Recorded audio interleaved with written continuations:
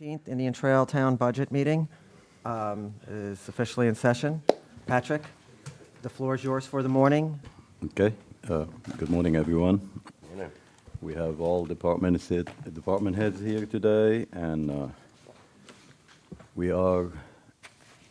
this is the second session of the budget retreat.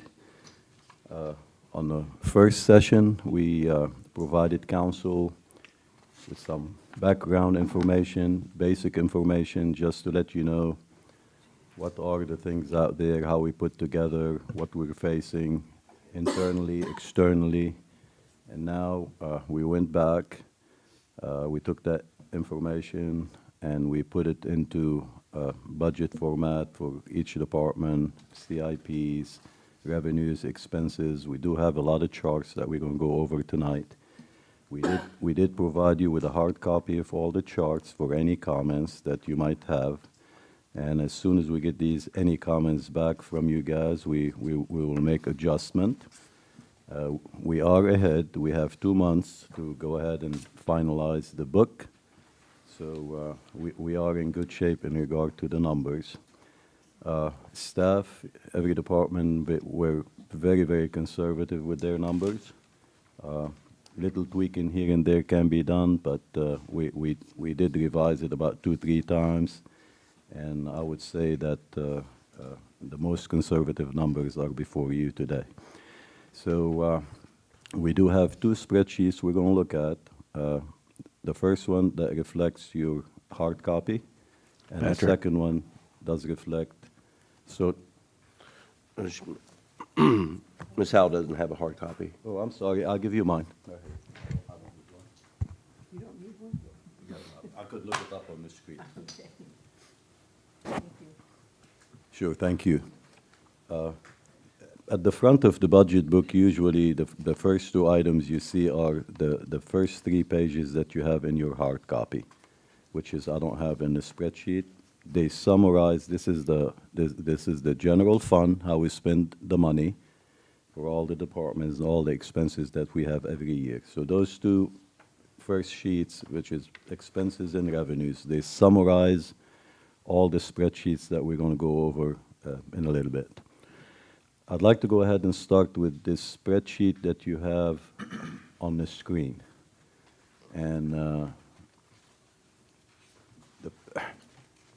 the reason why we started with this, because in addition to our property taxes and motor vehicle taxes and all the revenues that we have, we wanted also to talk about grants that we get from other agencies, which is add to our budget to allow us to go ahead and take care of all these projects.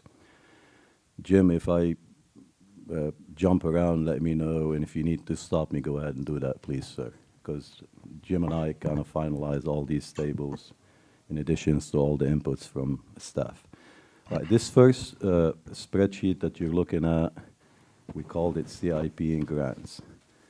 On the left-hand side, you see all the projects.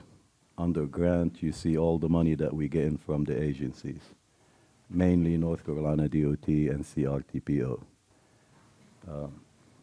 And I'm going to try to go over every project. And so most of these projects that you're looking at, the ones in black, they're asphalt related. The one in blue, they kind of transportation projects. The ones in green, they're trail park related, and the one in orange, they're parking related. And if I scroll down on the screen, you could see the ones in light blue, they're all storm drainage related, and one miscellaneous one, which is the Veteran Memorial. So if we look at all the grants that we're getting for all these projects, we're looking about $50 million. These grants, they have milestones, and these projects have to be constructed certain times. So we need to take advantage of the schedule and the funding so we won't lose it. So we have to make sure we have the town portions, which is the next column next to it. The $5 million that I highlighted in red, after we talked to North Carolina DOT, they said that $5 million could come back to the town in another projects. As an example, Chestnut Parkway Phase 3 could be funded by that $5 million. So that's a good thing. Excuse me. The total cost of the project, simply we added these two columns together. So that's funding the town's portion. We have to come up with that money. Next to it is the design.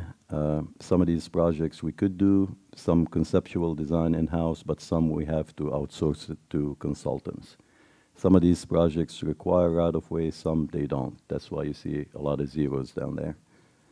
And then we separated the construction cost.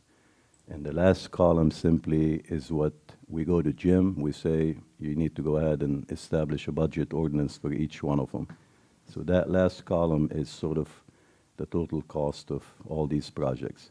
If we go down here, you could see we're talking about $28 million combination of fundings from everybody if we add up all these projects. This is just mainly for the first group.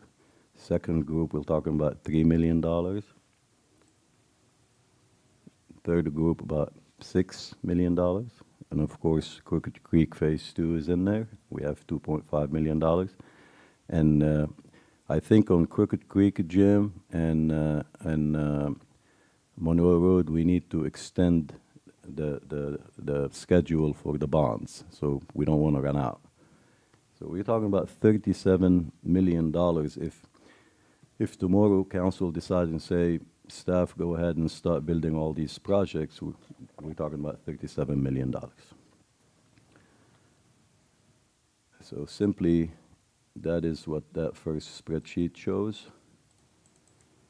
And the second part of this would be, this is some funding that we have right now that are available. The power bill is, we get that approximately about $875,000 every year.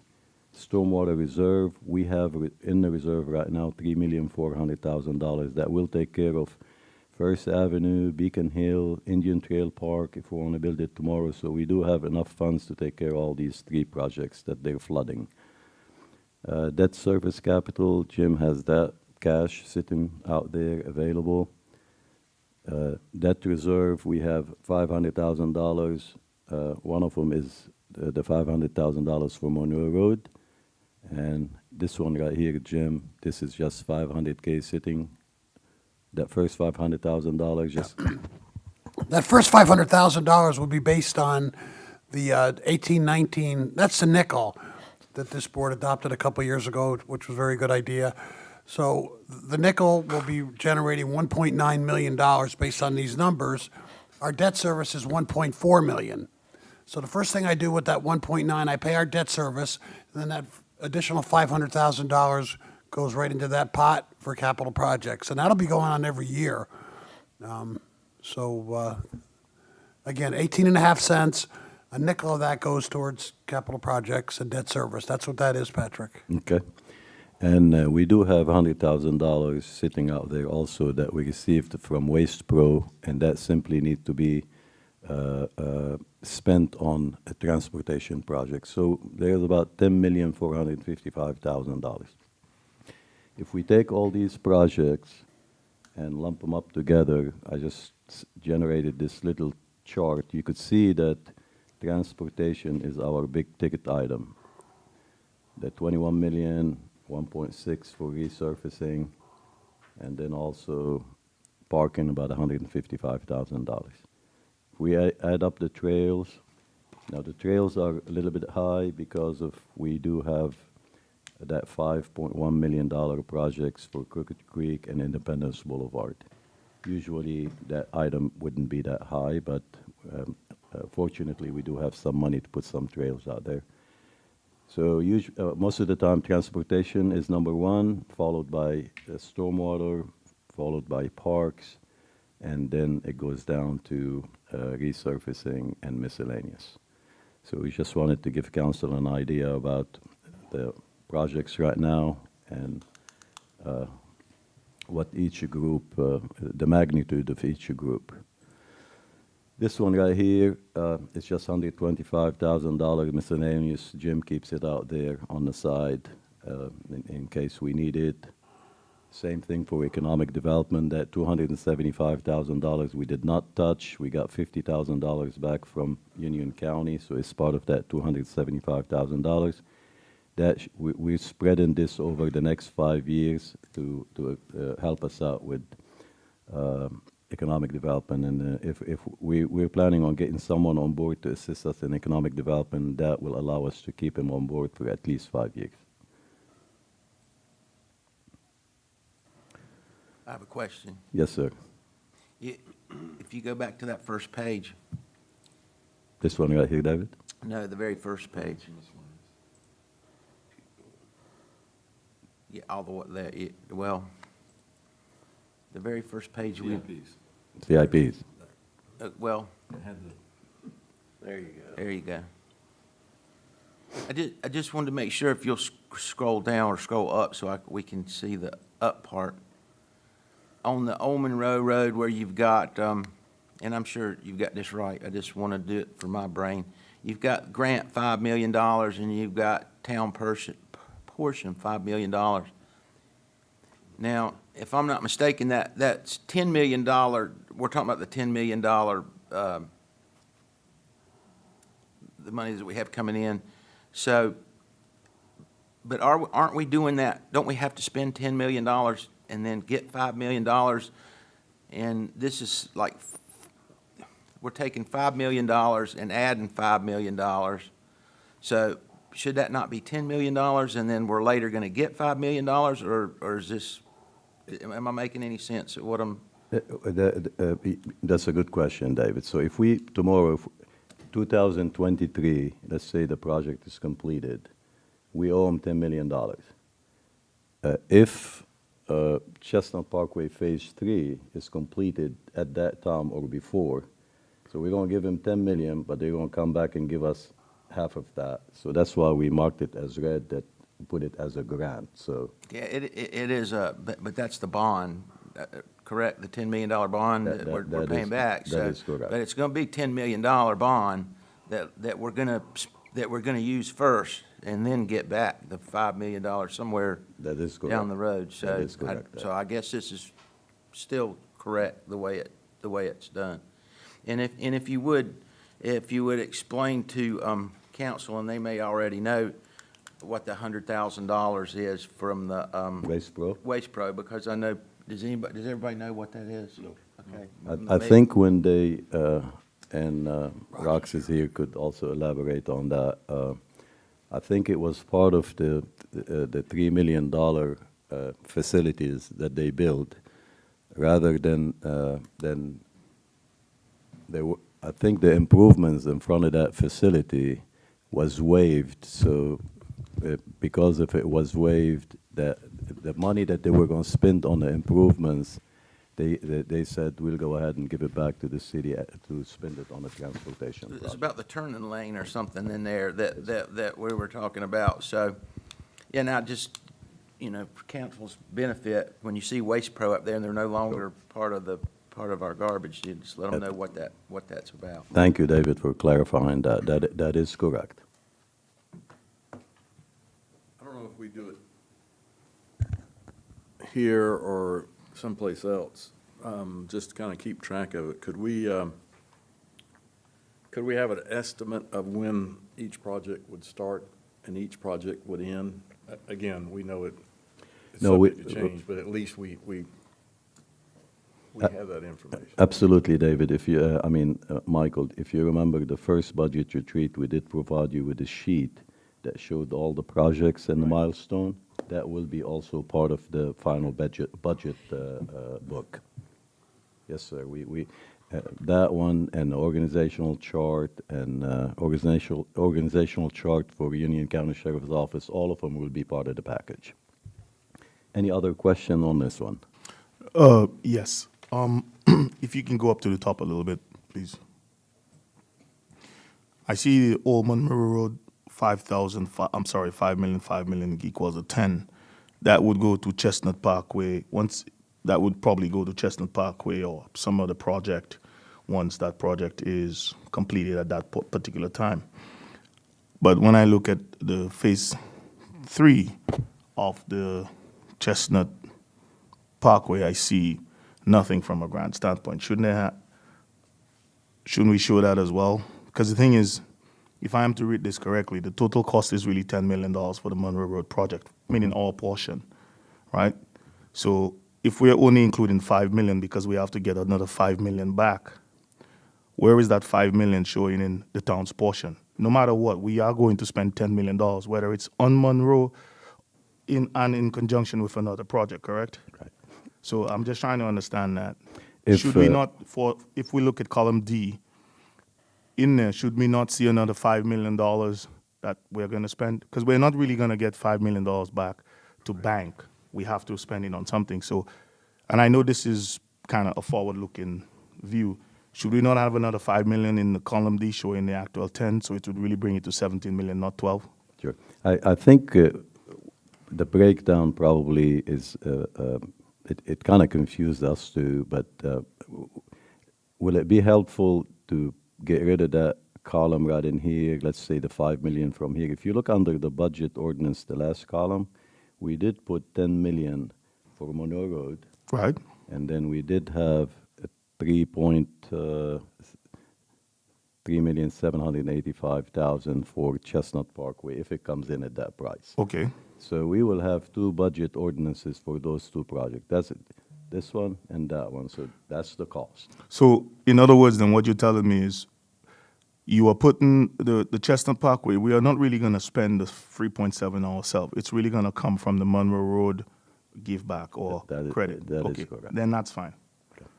Good question. We just wanted to put that 5 million to let council know that there's a possibility that it will pay for Chestnut Parkway Phase 3. So maybe put the Chestnut Phase 2 in red, so therefore we can link the two. Agree. Yeah. Thank you, And sir. I think what it is the total budget that you have there, regardless, we're gonna spend that, instead of taking the 5 million, I was confused a little bit on that. I understand what it But, is yeah, now. but I Yeah. do too, yeah, I understand how you're doing it, yeah, because we're gonna spend that money eventually on that anyway, so, Sir. yeah. We're good on that phase? Yep. Okay.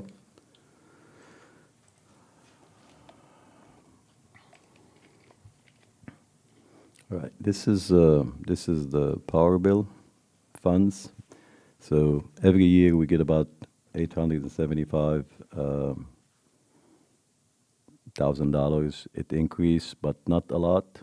But the increase depends on the number of miles of streets that we add, and also it has something to do with population that's added to the town too.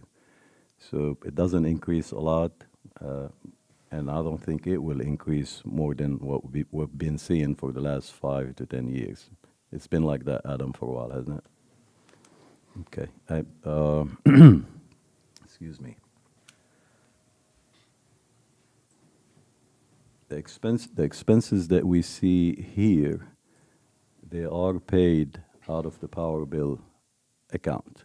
So to explain that a little bit, the town, as an example, Public Works, under the rules and the guidance for the power bill money, we are capable of any repair work that we do out there, we could charge some of that work, whether it's equipment, material, anything like that, could be charged to the power bill money as long as it is street-related and storm drainage related.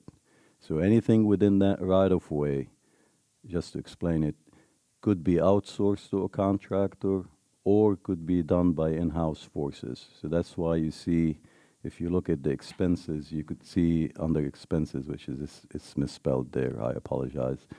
The payroll expenses, social security, retirement, health insurance, what Adam does and Jim, they take a percentage of the power bill money, let's say maximum 33%, and we apply that to equipment, labor, and material within the town. This is for work that our construction crew, Mike Wright, when he goes out there to do work, we charge some of that work to the power bill.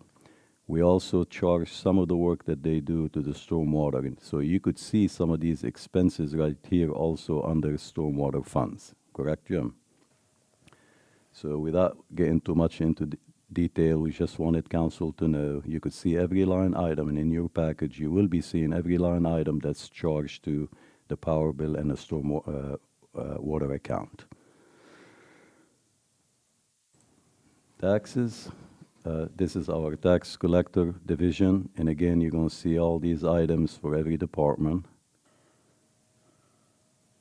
Typical expenses. Most of the miscellaneous items from advertisements, staff training, filing fees, all that, without getting too much into detail, they're small numbers that very insignificant to the total budget. But we do that every year, and this is Public Works. Same deal. We did provide FY 16-17, FY 17-18 for comparison purposes, so council could see what items they're going up and down. Whatever you see under the manager's recommendation, we do look at the comparison, we do look at actual, and before we stick any number in there for approval, for council's approval, we make sure that we do the comparison, have some background information, and look at our labor force and how things change. So we take all that into consideration. Difference here is in health insurance. Yes, there are two items right now, since we start working on budget, that will be increasing. One of them is Union County Sheriff's Office, a small percentage, and the second item is health insurance. We have not received any input yet. We were told a couple weeks ago by our agent that health insurance will go up, and we don't know the percentage yet. But Kerry, if I'm not mistaken, no increases to the dental and the vision, right? Okay. If you have any questions about insurance, Kerry has been communicating with our agents. And what we're going to do, if there's going to be a significant increase, we're going to start shopping around and make sure that we're getting the same service for less money. But please stop me if you have any questions about any of these items. This is general fund where our staff has spent the money while we're. Just a question, I see fuel in here where it hadn't been in there, in 16, 17, 17, 18. I understand you have to have Yeah, fuel, I'm just trying to figure out why it wasn't in the. Right, the 2 zeros on the 16 and 17, 17 and 18. Go ahead, Adam. Fuel, in the past, we had a separate budget for fleet maintenance. In this budget this year, we're moving fleet maintenance because it's already done by Public Works, keeping track of it and everything, but it was a separate budget. So rather than having just another budget for that, we moved it into a line item within the Public Works budget. I'm sorry, Michael. Phones as well as being moved to a different. Yeah, that's a good question, Michael. Also, phones, what we did, anything IT-related, software-related, computers, we took it and put it under Mike Parks, IT. And also another item, that's a good question, Michael. Another item is facilities. Some repair of the facilities used to be under Parks. Right now what we did is we took facilities and put it under Public Works. So Adam is over all the facilities, and the reason why we want to do it that way, we want to give all the time to Jason and his staff to concentrate on events, and we'll concentrate on repair and taking care of the parks and the facilities. Planning did not increase much from last year. As a matter of fact, Jim, can you explain the reduction under FY 17-18, why? Well, actually, it's not a reduction, it's an increase, but sorry, disregard. I think we're doing good. We're doing good. Thank you, Rox. Just a comment, health insurance here is minimal. 63 to 65, 64 to 65. Yes, this is based on, we have not received the numbers yet, so this is one number, Michael, we're going to go ahead and change. This is Marcus. I have a quick question. If you go back to Public Works for a second, I think that might answer the question.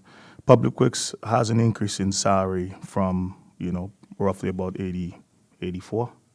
So therefore, you're going to also see the health insurance go up by a lot more as that salary is increasing as well. So I think that kind of answers the question. Whereas if you go over to planning, the increase there is minimal. When I say minimal, I mean it's a lot lower than 84. So therefore, you will see an increase, but not as great as.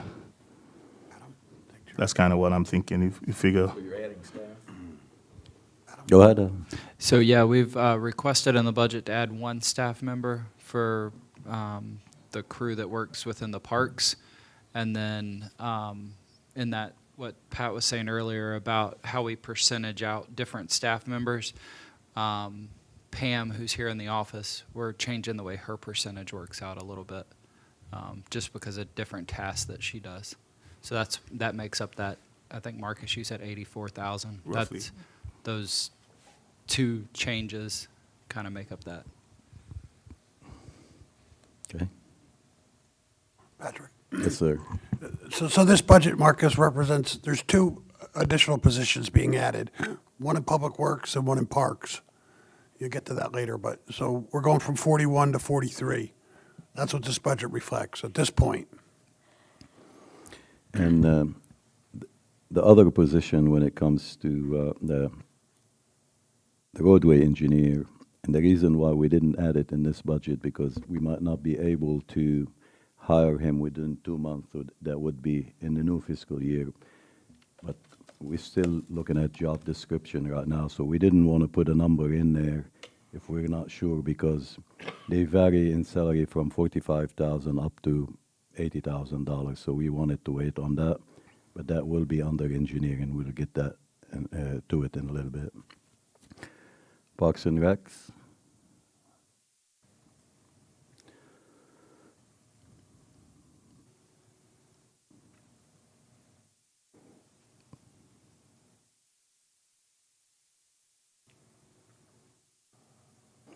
We do have a few part-time employees, and that's what we have under the second item up here. And they've been very instrumental here at Town Hall since we moved to Town Hall. They do a lot of work at night time after working hours. And they also assist throughout the parks and every event. If you'd like to add anything.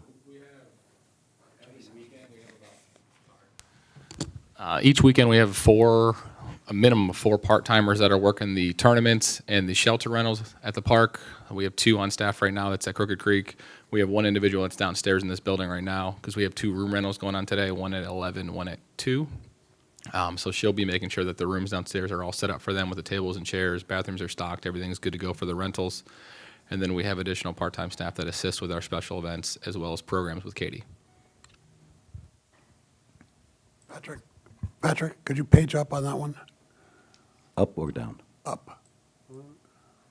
Page down, I'm sorry. One thing we also did this year on Patrick's recommendation, we broke out the special events.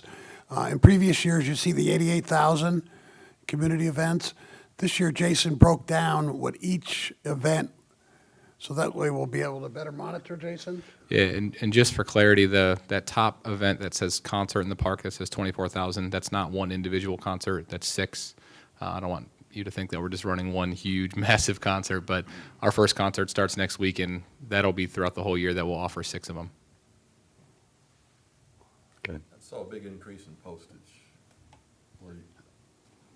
Yes, so we added a little bit of postage to be able to cover the expense that we're doing for our program guides, and then we're also going to try to add a new mailing next year that would be for our summer camps to get the word out more on summer camps.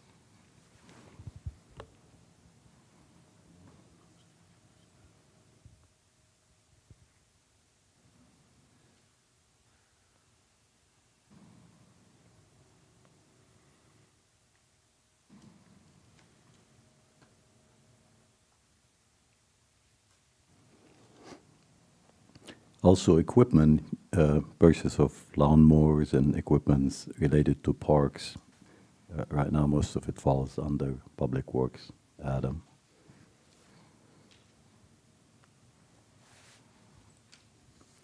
Yeah, the other transfer to Public Works was our utilities are going over to Adam's budget, which you'll see when it comes to the Crooked Creek Cost Center. Thank you, Jason. Yeah, that was a good one.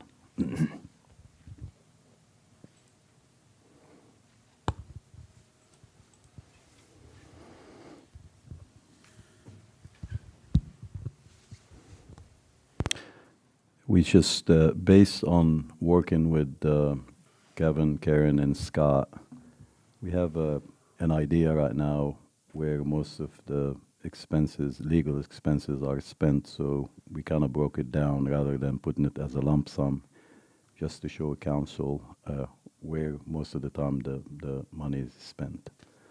Administration is the highest one because I do have more contact with the attorneys than any other staff members. Anything related to issues we have in town, if I get a phone call from council or something that come from council, vice versa, you know, back and forth. So that's why administration is the highest one.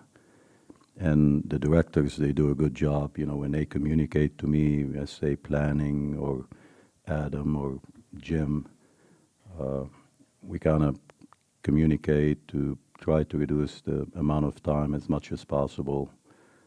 And but last year it was high. We had few things that we taken care of, but we're shooting to keep it around $115,000 a year. But there are a lot of items that they come in like abandonment, development related, code enforcement related, UDO, that people don't think of, and in addition to some issues every once in a while that we have.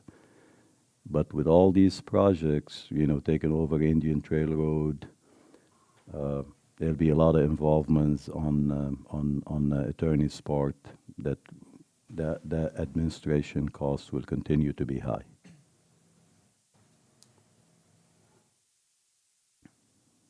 And luckily, we don't have any incidents in parks, Jason, where people get injured or anything like that. So you do have the lowest, and human resources too has the lowest areas in there. Law enforcement. Glad to have Captain Chase with us here today. Yesterday, finance directors from both Union County Sheriff's Office and Union County Finance Director, Sheriff Kathy, Jim, and myself, we met and we discussed the increase. The first increase that we had, it was approximately around 12%, Jim, or 12%. So we sit down and we discussed it. We came to a resolution. The original amount was about a little bit over $300,000. It was taken down to around $200,000, and then we ended up by reducing it more to around $100,000. But one of the areas where we reduce is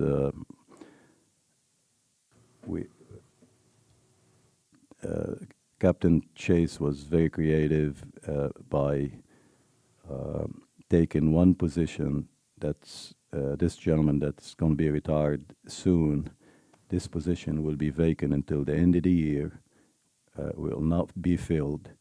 And Chase kind of, like I said, he was a bit creative about, you know, where to disperse the 24 deputies in what areas, and he worked very closely with Jim on working on the operational cost, but he couldn't do too much on the HR area. But just to summarize it, we ended up by not filling one position, so we're going to operate from now until the end of the year with 24 positions. And the increase ended up to being about 4 to 5%, which is where we wanted it to be. Chase, if please feel free to add anything that I missed to add, but Because of the reduction of these expenses. So Patrick's right in that what happened this year was is that we had a personnel cost increase because of a market study. So when they came out and gave some raises in mid-year, it surprised all of us that we weren't expecting. And when I say mid-year, it happened about 2.5 weeks ago. So when they came out and gave adjustments from our deputy level on the market, we had raised our starting pay a few years ago. So what we had was compression going on. And so you had a deputy that may have been on for 5 years making the same as a deputy that was just now coming on. So the county across the board did a market study for all county employees, a little over 800 of them, and they included our office whenever they did that. So when they came back and presented to the county commissioners a couple of weeks ago, they voted to go ahead and implement it now, which is usually unheard of from local government to do anything in the mid-year. But then in doing that, it relieved our compression, but then it compounded Jason Patrick's problem whenever they came up and started calculating personnel costs, because obviously you get this kind of increase here on salary, then it affects your health insurance, it affects the 401k mandatory contributions that are required for law enforcement by statute. Everything across the board on those personnel lines went up. So when they first gave a calculation out, they had figured it wrong at the market rate. So they came back after a couple of days, I think it was, Jim, and sent an email back and said, hold off, don't use those numbers.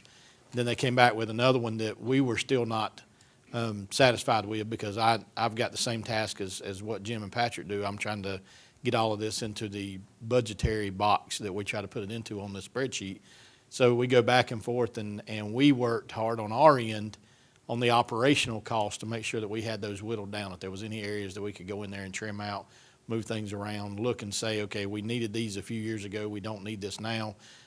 Things like rifles that we've implemented in the past few years were not on there, but what we did was we amortized those out, and we adjust the amortization on a lot of things too. So some of our equipment now that may have been amortized out at 4 years, which is what the contract is usually based upon, a 4-year cycle, we said, no, we can get further out of that. So like a rifle, for instance, is a 15 years, so you pay 1/15 of the cost of a rifle, which basically gives some maintenance money in there for weaponry and things like that. So long and short, we came up with yesterday, whenever we met, we still had a degree of area that we needed to cover to meet in the middle somewhere. So one of the options that I threw out there was this, is that without affecting level of service, which was my priority, we all want to give the best level of service we can for the best amount of money. What could we do to be creative? And so we've got one of our guys, Kevin Susevich Sr., that's retiring. You contract for 25. I don't really like to say it in this microphone on recording. You've got 26 up here, because we've always kept an extra deputy up here anyway. So we're still going to be at 25. You were at 26. But what we decided to do is look at operational things that we can do around town to help in saving our time and in our workload. One of the things that I gave, for example, was retail theft. We've been very aggressive on retail theft in the past few years, or past several years since I've been up here, but some of our most, I guess, biggest customers for our service are your big box retail stores. And so we said, well, how do we, that might be an area where we want to trim back some of our time spent, because I certainly don't want to take it out of our neighborhoods. So we've, I think, got a pretty good plan on how we're going to move forward in saving some time in those areas, putting that responsibility back upon the loss prevention people in that big box retail store, not leaving them without service where they can feel safe while they're doing what they need to do as a loss prevention officer. But the time that I'm spending tying up deputies in court for misdemeanor crimes that they're not necessarily witnessing themselves firsthand, loss prevention's witnessing that, they're calling us, we're going over getting involved, we're going to start putting some of that responsibility back on them and start saving some of our deputies' time and using that time out here in the community rather than being tied up with a big box retailer, if that makes sense. So I think that we're going to be able to maintain the level of service where we're at with what we're doing. We're certainly not cutting a position. What we talked about with Patrick is that we're going to hold off on filling that position so that money is saved, because you don't get billed for a position that's not full at the time. And then if anybody else transfers or leaves throughout the year in transfers or promotions, then I've told Patrick that we'll certainly try to work with holding those positions as well, so that we can keep that cost reasonable and keep it down. Things go up, cost of everything goes up, market goes up, but the market adjustment caught us all, and I say us, caught me, caught the sheriff, caught everybody off guard that they were going to do any kind of personnel changes. The operational part of it, we pretty much can get some control over on our end, because we're the ones that's actually doing the operating. The personnel part of it, I don't have any control over, so. Does any of that make any sense? Yes.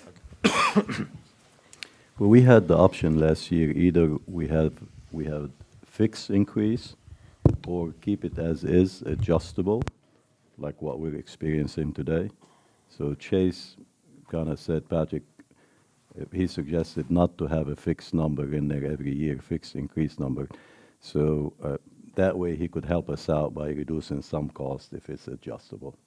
So that's why we kept it that way. And I really appreciate your hard work on that, Chase.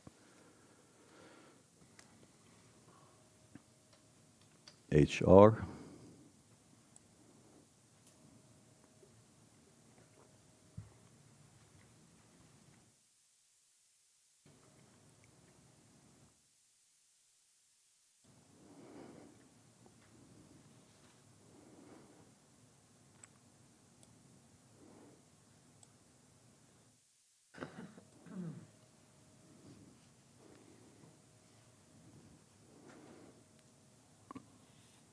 Carrie, that number right there in red, the 10,000, that's insurance related, isn't it?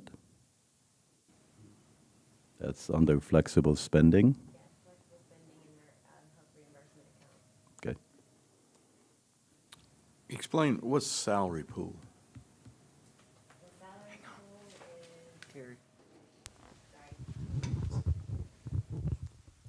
The salary pool is the, I believe it's for the merit increases. That's correct. And the 2% COLA is how I think we did it this year. It's based off performance, the merit increases. See, all these three right here go together, Michael.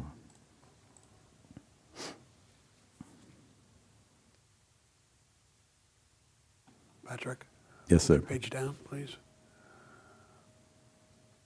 You see the insurance is going up. That's because of our new building and the new structures we're having at our park. So we're growing, so we had to make sure the insurance increases as well, And that covers parks, building, vehicles, anything. everything. That's where that's budgeted.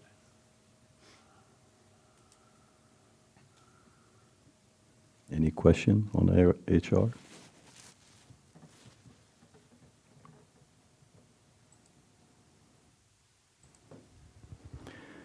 This is the budget for governing body.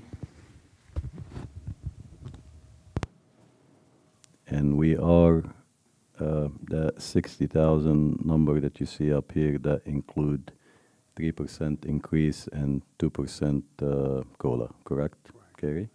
Jim?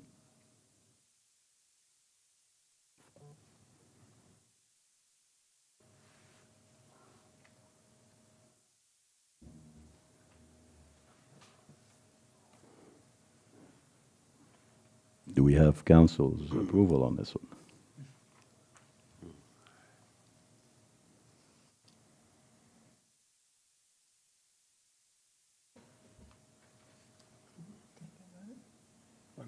Do we have to take a vote now? We just, what we did is we just included the increase in there, just to keep it in there if council decides that we'll go forward with the increase for new fiscal year FY 18-19. My suggestion is we cancel GOT, and I think maybe we'll all agree on this, had a pay raise here not too long ago. So I don't see I know it's 3%, which isn't very much, but it's, I don't think it's necessary. Does anybody else disagree with me, or feel free to? I agree with you. We just wanted to put it in there so that way it's included in the budget. We're not really advocating that it should or it should not. But you need some direction from us now, essentially, right, to keep it in or keep it out, right? I mean, it's a number, we just, Okay. okay. Based- I'm good with not doing it, yeah. okay. So do we have to vote on this? No, no. All right. We'll adjust the number. All right, thank you. Where your pen at? Finance? And again, what you see in blue is items that we switched to and put it under communication and information technology. Can I ask a quick question on this? The salaries are going down. Did we lose a position or? That's a good question, Marcus. That was, last year we had 4 people in the department budgeted. This year we're down to 3. And I'm blessed. I've got a really good staff and, Free is sufficient to carry out the town's business, right? Okay, Right, that used to be for council members, that used to be Brandon's position. okay. And yes, we are operating on, with 3 people right now. We doing the same amount of work that we had before, or more work. Just for clarification, that, you're fine with that, right? I mean, you don't need the 4th person?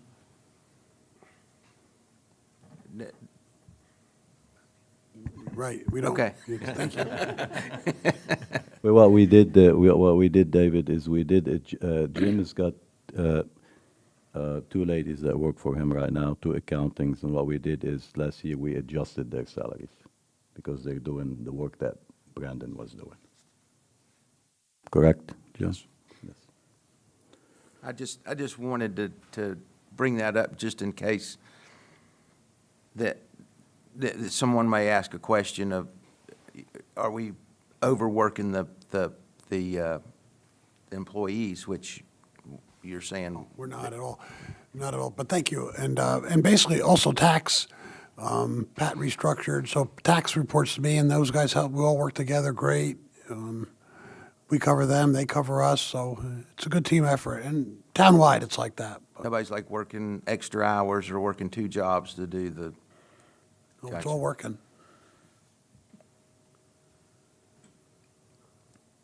The contracted services is for our auditor.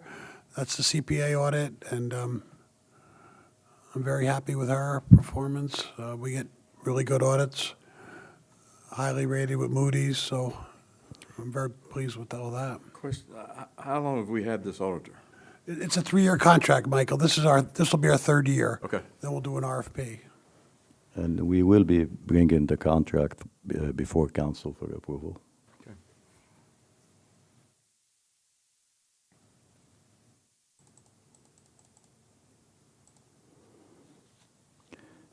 Facilities, and this is the stuff that Adam was talking about, the electrical bill, water and sewer bill, supplies for all the parks.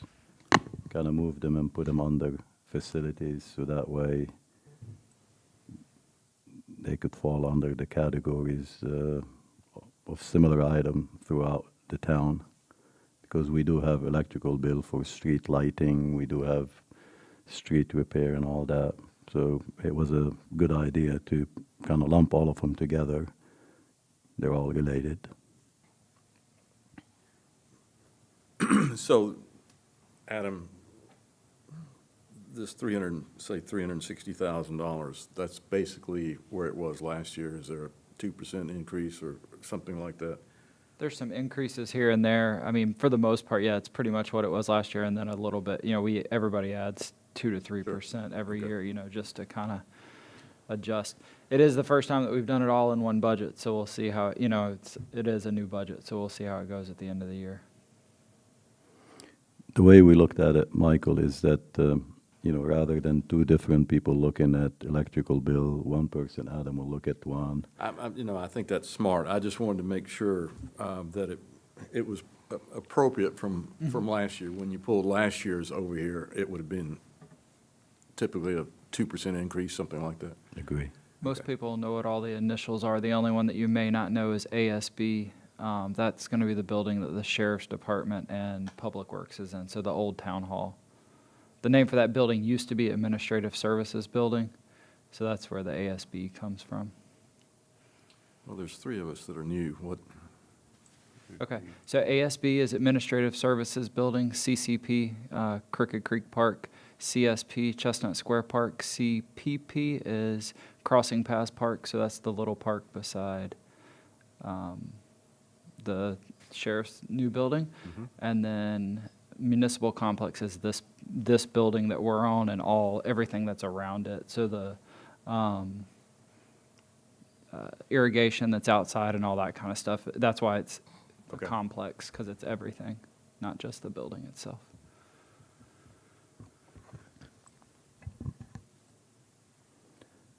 We added $50,000 for maintenance and repair, especially for this building right here. You know, experience showed that if we don't take care of it, keep it maintained, it gets worse. So there's got to be a little budget in there for the entire complex. That amount was not there before, right, Adam? No, that dollar figure was not there. That one would be your one that you probably would see the most increase.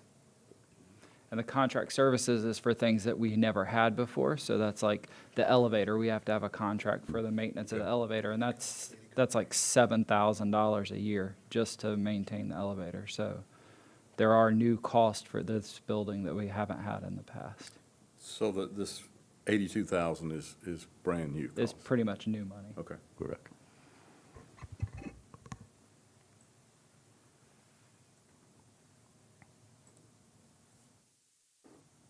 Engineering?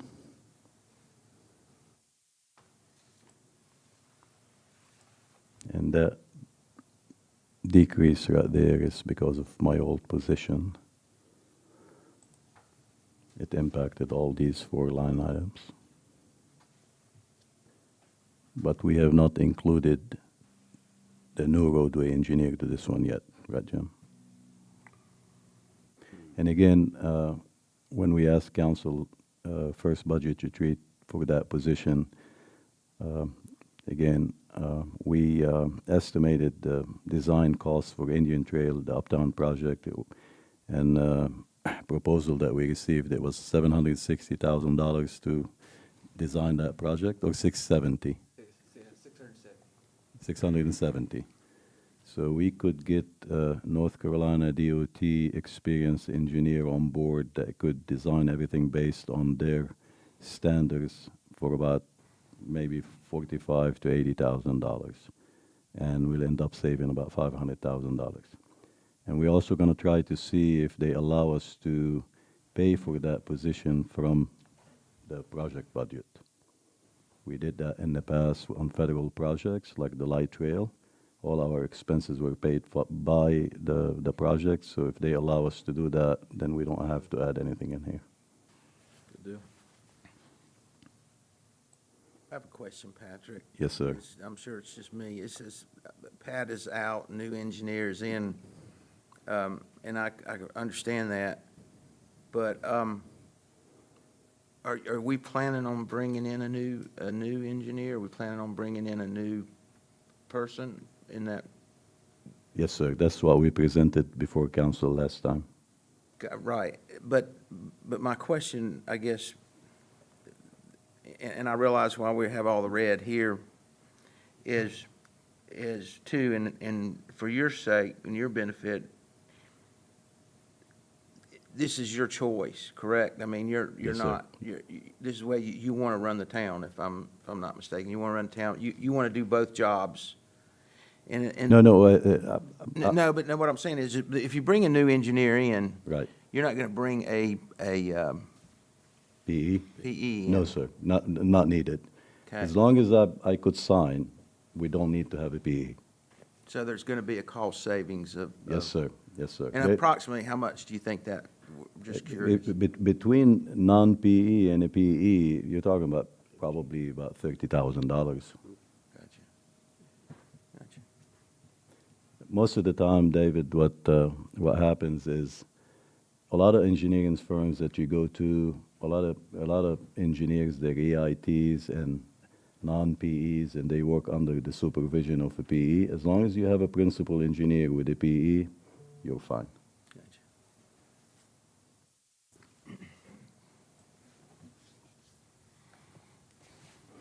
Contract services, you could see, used to be in FY 17-18 about $135,000.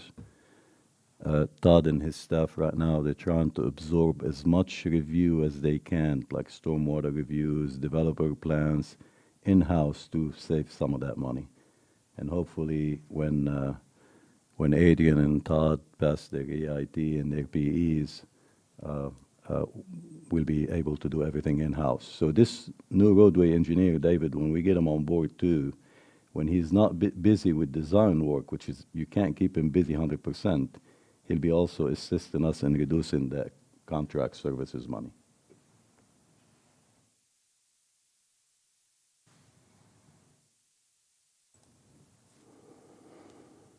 Jim, I won't turn this one to you.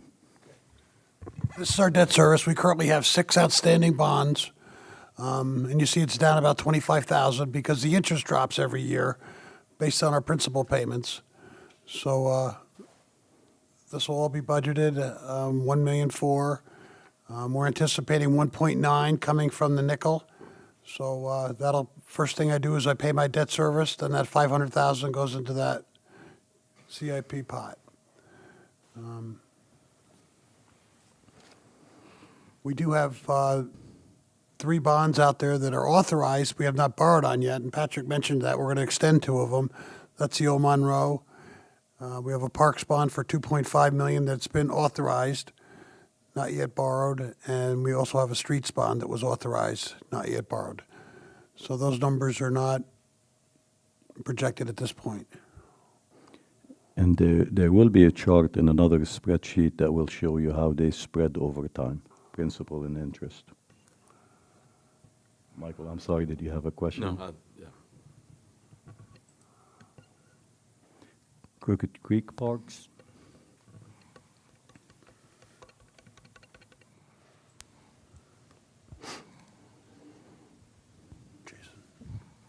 This is showing some of the revenues that we get from the park.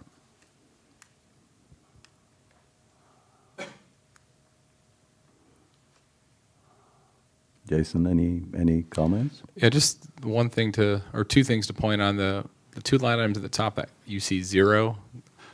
What we did is instead of singling out just Crooked Creek, we actually took it into our revenue line item for the entire department. So I don't want anyone to think that we won't have revenue coming in from park sponsorship for Crooked Creek or event sponsorship. That's actually just going to be one lump sum for all the parks, since we do have events that we run in other parks that bring in revenue as well as sponsorship from other parks as well. So the overall revenue goal for the year will increase. It's just different from just Crooked Creek versus all 3 parks.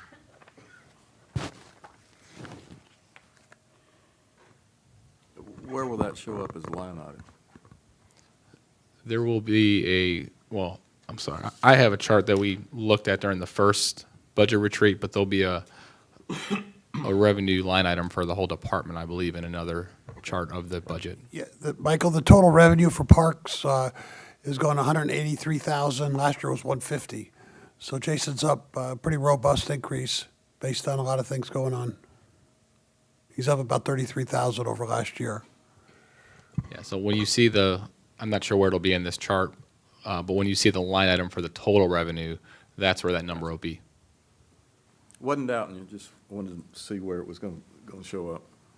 And then the other 0 you see on there, remember, that's what Jason said earlier about the park utilities. That's where that moved to the facilities budget.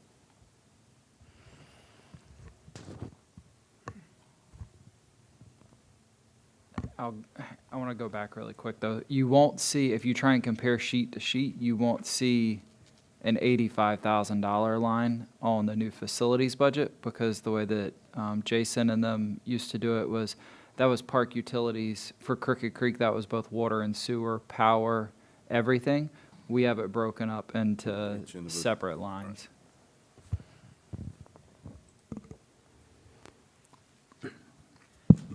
Contingency, this was something town manager and I introduced last year. It's a catch-all account if needed. So far this year, we haven't used, we used some for Christmas lights, and this is basically a catch-all. If needed, we'll use it. If not, that'll roll into next year's fund balance.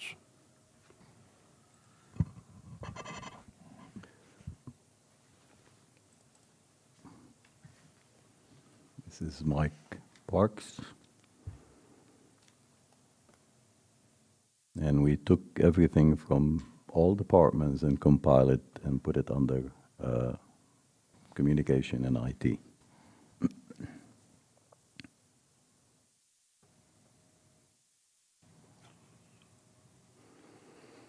And the same principle too, rather than different department purchase their own software, maintain their own software, purchase equipments, hardwares, we felt that it would be much better to be under one person that working very closely with Vitelli and knowledgeable with IT and com.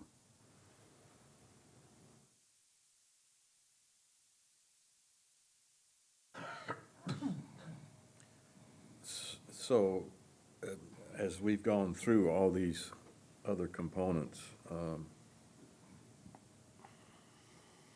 just trying to put this in my head. So there's $300,000 here that's been taken out of others.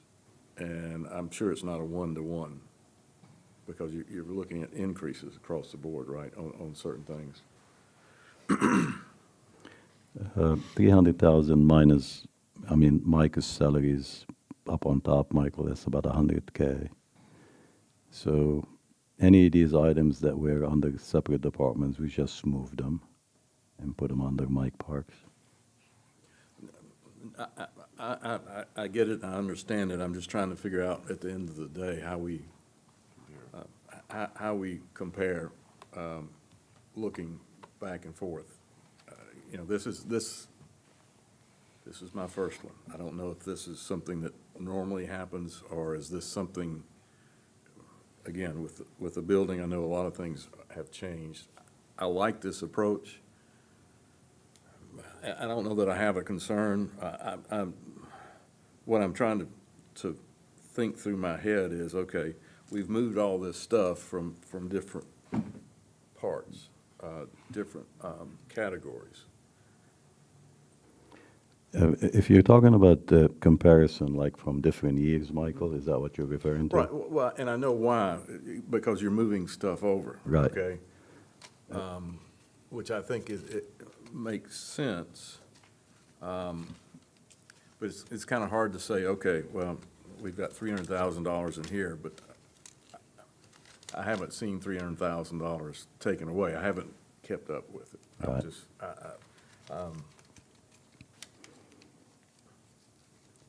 When it, So let me, this is maybe a crazy question.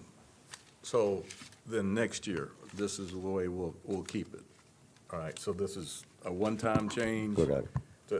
Again, I think it makes a whole lot of sense. I mean, I've been with companies that have done the same thing, but it's kind of scary when you do that, to make sure you've moved everything over and it falls. the next year you'll be able to compare, Michael, how many computers we replaced. We'll see how good you are. Yeah. Did we upgrade the software, et cetera, et cetera? Right. You're I right. got you.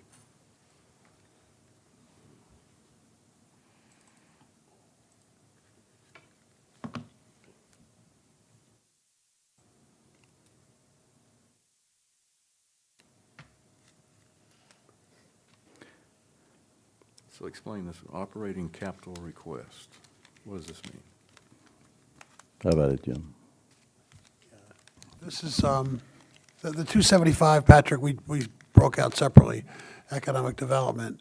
But we're requesting $107,000 here, $75,000. Adam, you want to take that one? Sure, that's for over at what'll be the sheriff's department building, but we're adding on that grass lawn that's on the side of the building towards us right now from where we're sitting at, and then around the back, and then also one more row of parking in the front. We're basically going to redo the parking lot to add parking spaces there. That'll help for when Jason has events or there's anything going on downtown, or even, big things going on here, or anywhere around this area. It would help to give you more parking spaces for people to be able to park and walk around and get around where they need to.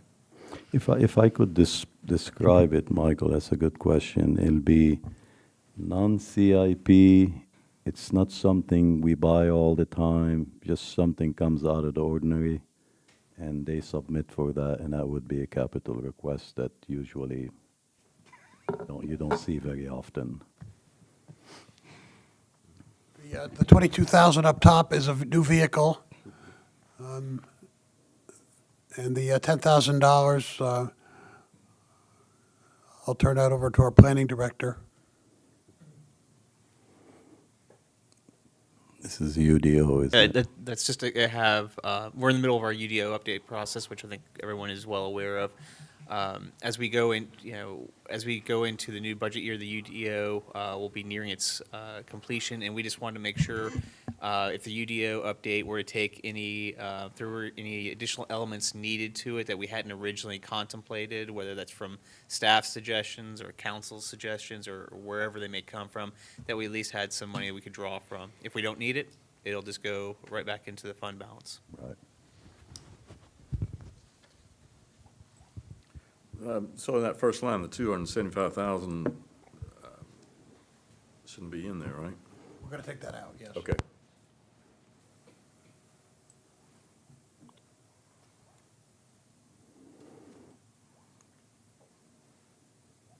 And park signage in there, is that to ADA related or Jason? Yeah, it's nothing for this year. Okay. That was for additional wayfinding signs within the parks Okay. in this year's budget. So this totals out at 107, Okay. those three items. So there's been some discussion about connecting the old Blythe building to this building. Is that in the budget anywhere, or have I missed it? Yes, you will see it when we get to the larger spreadsheet. Okay. Good question. We put it under CIP for approval. Code enforcement, we do have 2 staff members on board.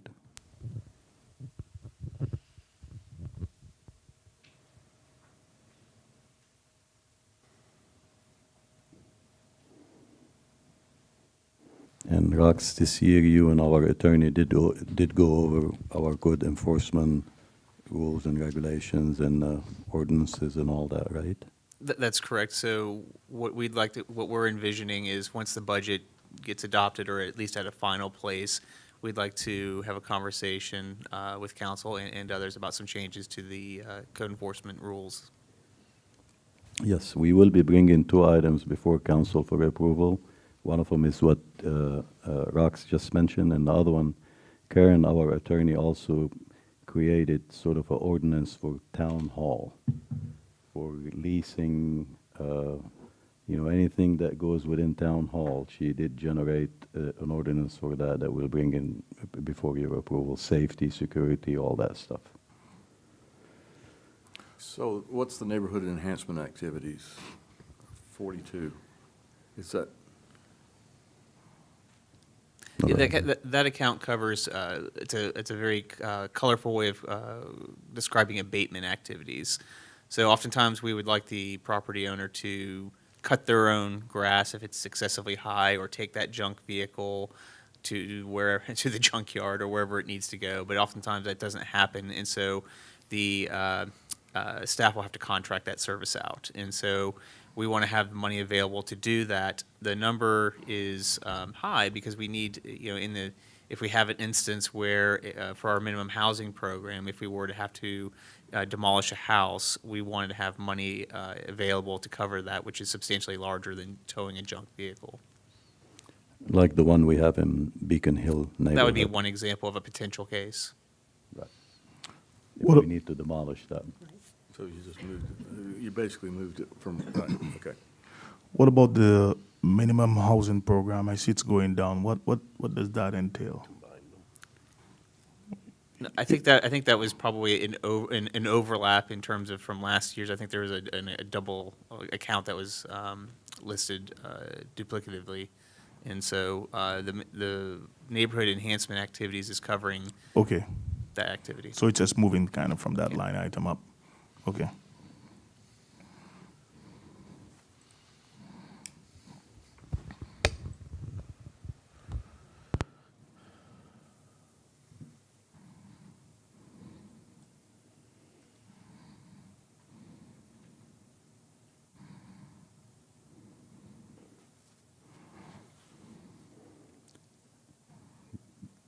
Jim, we might need to look at this item right here.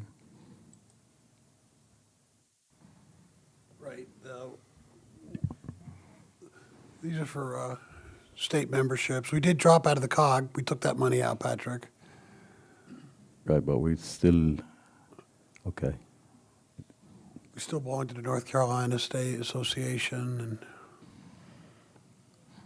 Yeah, this include League of Municipality too. Yes, That League, we benefit a lot from. Kerry, you want to talk a little bit about League of Municipality? What kind of benefits we get out of the league? We use them for a lot of our online training, our safety training, and our risk management resources. There's a lot of council training as well. We do our dental and vision and long-term and short-term disability with them. So and they have very good rates compared to, they have government rates. So it's a big benefit for the town, and we use them a lot. Anytime we have to post a job, we'll use that website for that. And it's only local government agencies that have access to it, so the information on there is very relevant to us. Yes, and the decrease is when we brought before council for approval, that was the COG that we felt that we're not benefiting too much out of them. That's why you see the reduction. And Michael, you'll see right in the middle of the page there, the equipment lease payments, that 21,000. That was one of the ones we moved to the new. I was going to ask. That type of thing. A lot of this is just in the movement, but then I see a big change in the salaries. Is that where the?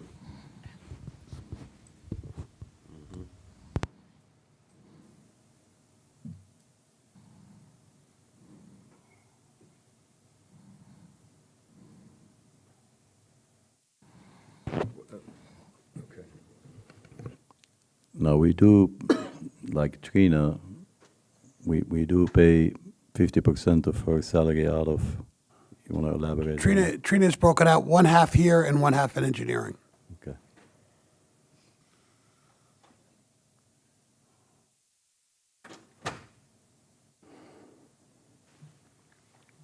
Okay, all right. I'm just struggling with this one a minute. Hold on. Because we're increasing too, but this is just administrative. This is just admin, Michael. Okay.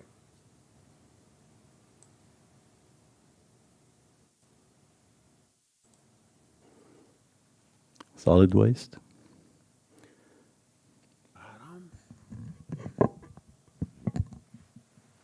We had, a couple of weeks ago, we received an increase of 1.6% of the price of the contract, which is very, very reasonable. So that 1.6 is just for your fees at the house. It is not for, if you remember in their contract negotiation, they said they would not increase their landfill, or they would not increase, the price per tonnage for items. That did not go up. This is just the cost per service at the curb side of the house for solid waste, recycling, and yard waste pickup. And that's based off of the contract language says that they can, they have to give us why they want to increase the background information, all that kind of stuff. It's based off of national rates. We're still averaging about $10,000 of savings every month, though.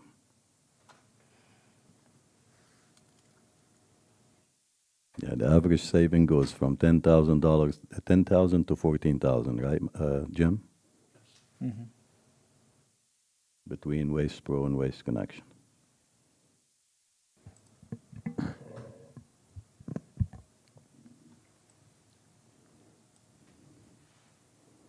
Just curious, is this something that did Waste Pro do that too? It was written in the contract that they would go up on the, it's just something that's written in the contract that they pretty much will do? It's honestly written in almost any contract that you have that's a service contract for multiple years.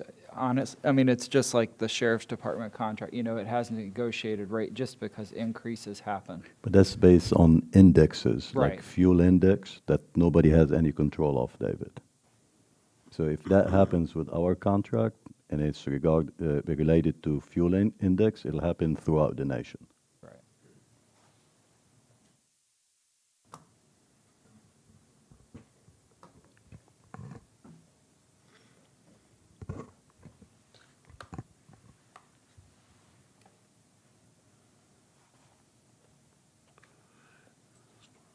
So we're getting some money back on our legal expenses? Negative?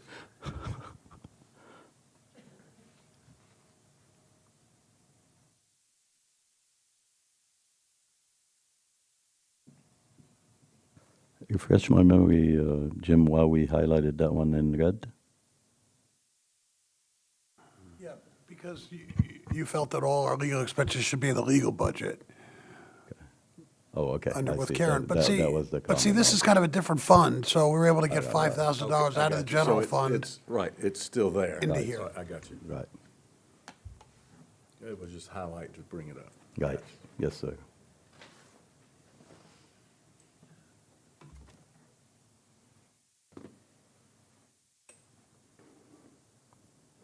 And again, out of the stormwater revenues, we do pay our public works employees, about 30% of their salaries comes out of this stormwater budget.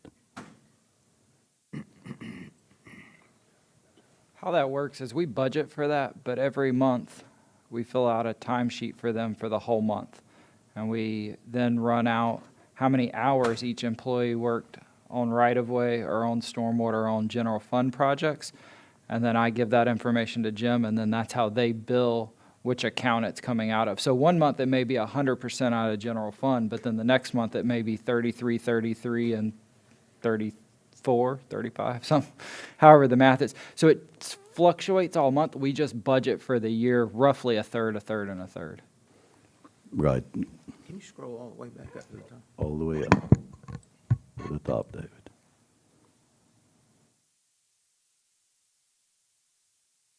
So we're planning on spending a lot of money this year on Yes, over sir, $1 and million. you will see that in the last spreadsheet, David. Very clearly will show you what we're doing with that. You're absolutely right.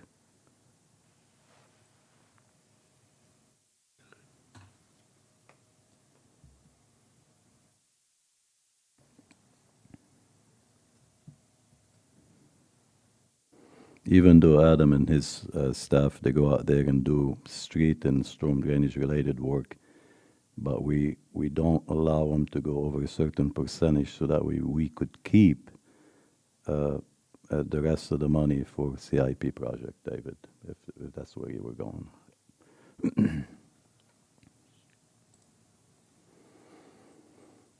I think this is, we did provide a hard copy of that, right, Jim? That's on top.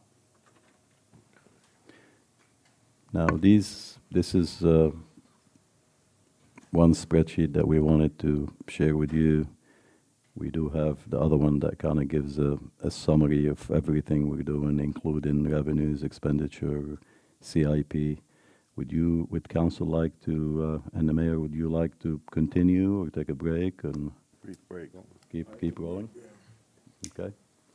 Second spreadsheet, Adam, can I get to it? Oh, I can, okay. I got it. Break, we wanted to break. yeah. Oh, I'm sorry. Okay. Oh, 10 minutes, 15 minutes?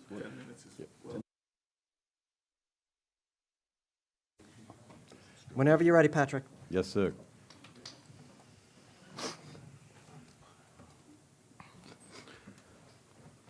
Okay.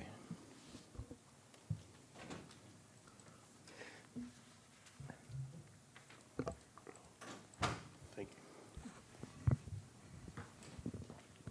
you. You see my way around here for a second? I lost the arrow. There it is.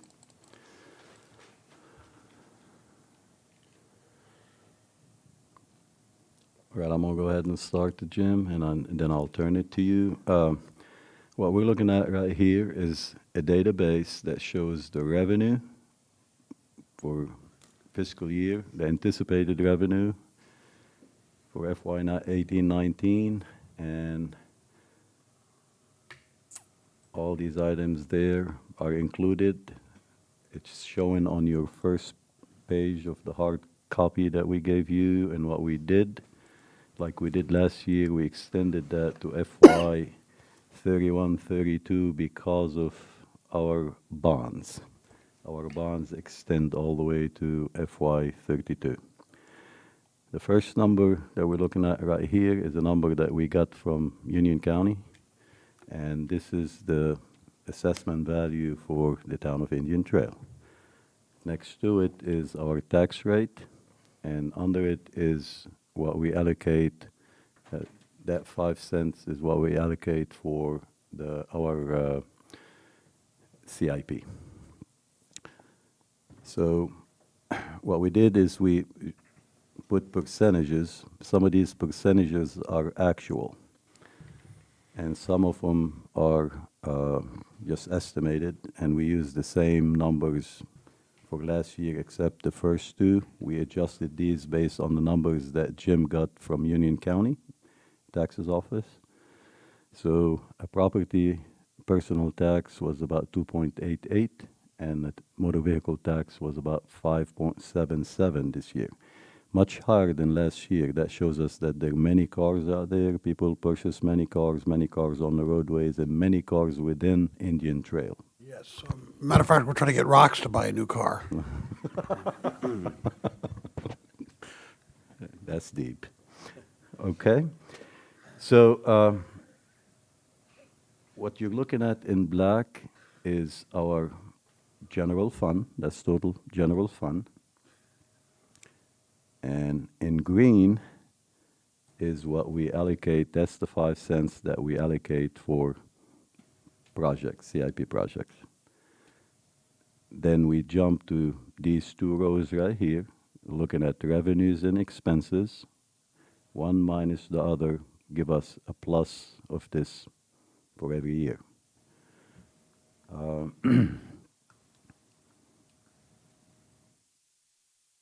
The green is a positive number, just as we scroll down over the spreadsheet, and anything you see in red is expenses or something that we have to pay.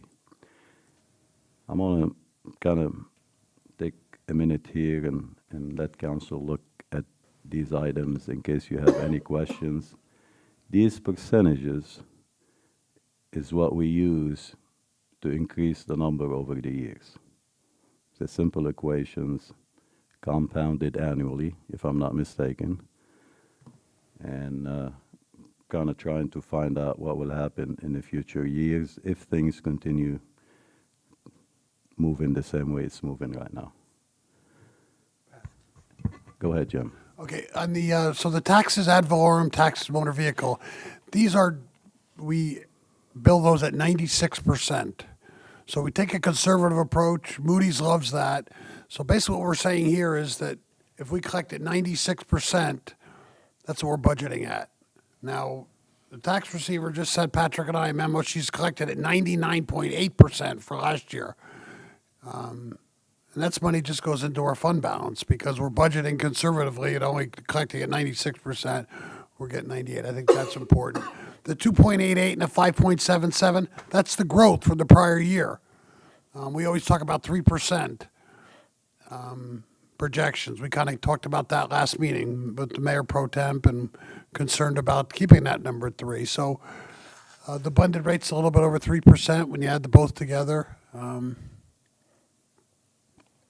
So we're comfortable with that. The rest of the numbers were all budgeted conservatively. Sales tax, we're gonna beat that number. Investment earnings is a really good story. We've got a lot of money in the bank. We're not using it, so we moved it.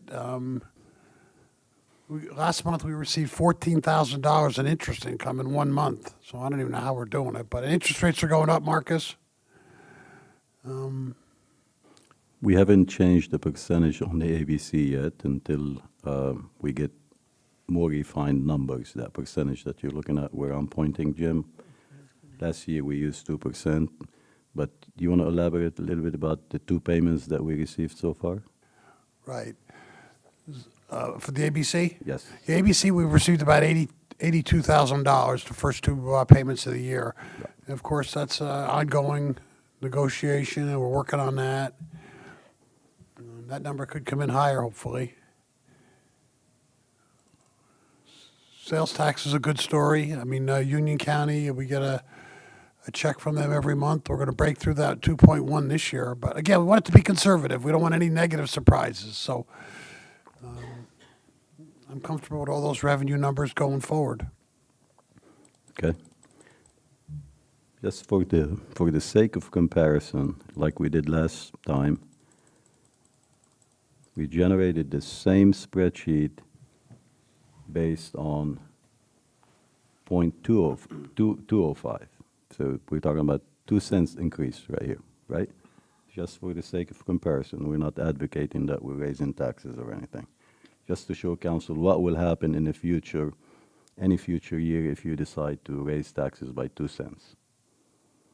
And we will see that in the graph at the bottom.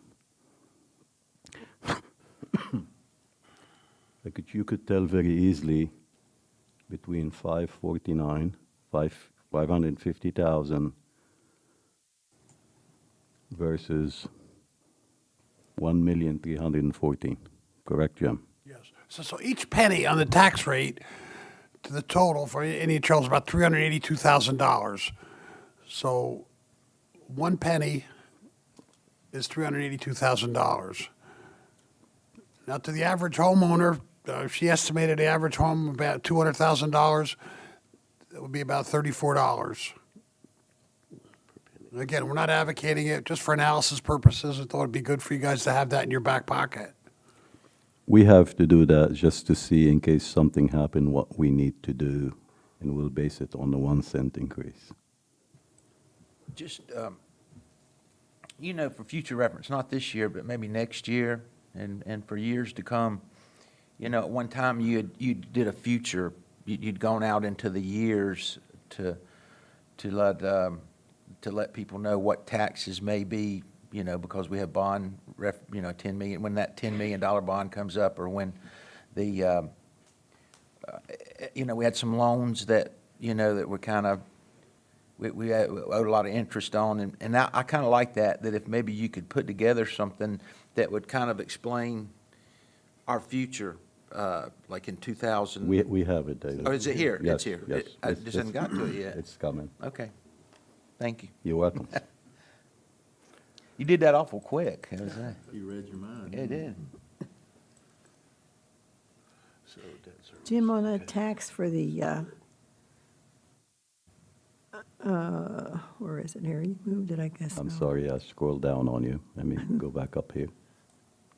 Okay, for the ABC, the 80,000 you said was that for the quarter or for the year? Half a year, that's. Half a year, okay. Thank Okay. you.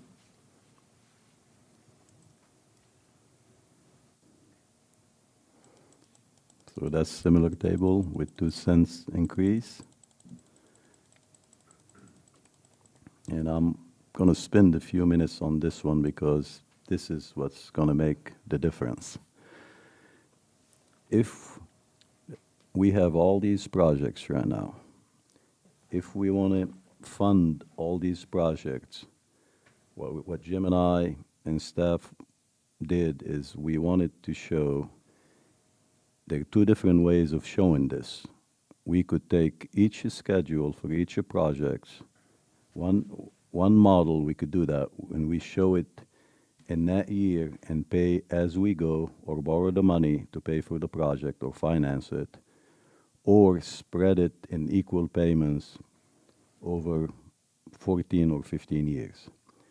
So the last time we showed you what will happen if we put the schedule right there within that duration of the project. Let's say a project takes 3 years, so we spread the money over 3 years.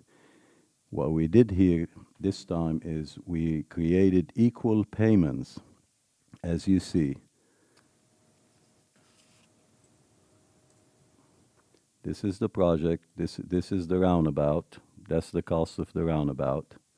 So what we did is we wanted to see if we go to the bank and finance the project for 14 years, what would be that payment?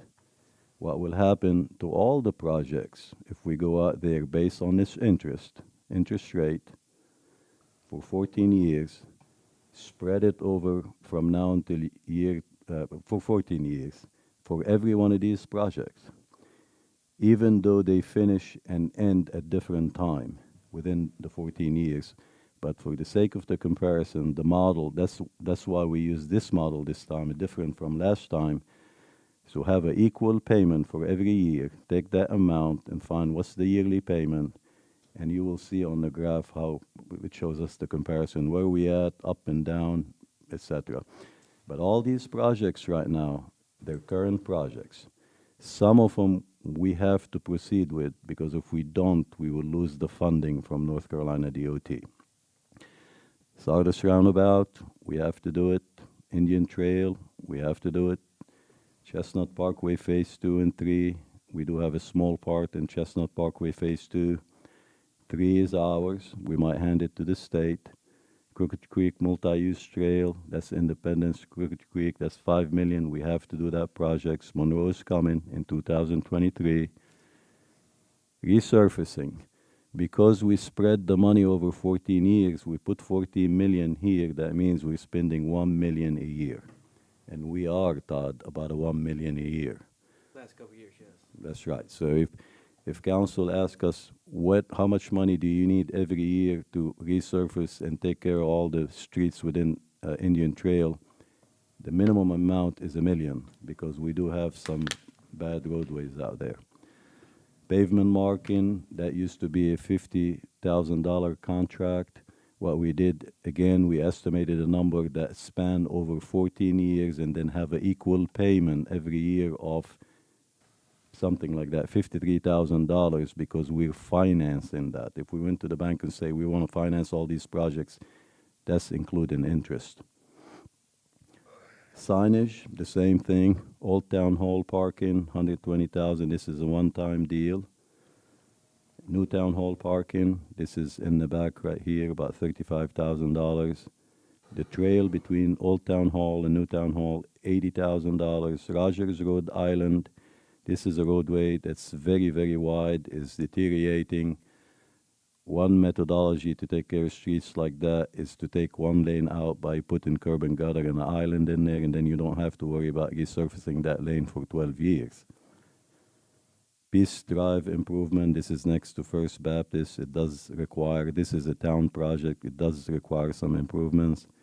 Indian Trail Park study, this is construction cost. It's not a study. Floodplain. If we want to maintain the floodplain, and we are managing the floodplain, and by law we have to manage the floodplain, we came up with an estimate of $3,850,000 for 14 years to maintain it. David, you asked about First Avenue. These are the 3 phases of First Avenue right here. Beacon Hill storm drainage, again, we provided council a few weeks ago, or actually 4 weeks ago, with the cost for that. Veteran Memorial, Sun Valley Park. This is a small park that Jason is working on. He's working on a grant application. It pays 50%. If they approve the projects, local contribution 50%, and North Carolina will pay the other 50%. So that should be coming toward council for approval. This is just for the application. They require council's approval. Bridge culvert. This is cleaning all the culverts within the city, $1 million for the next 14 years, which is very minimal amount. Indian Trail Park construction. This is $500,000. And then we have Crooked Creek. It'll be $2,500,000. So all these projects are on hand. We need to construct them. So what we did is to show council and ourselves, and to stay on top of things, we came up with an equal payment for the next 14 years. This is just the model.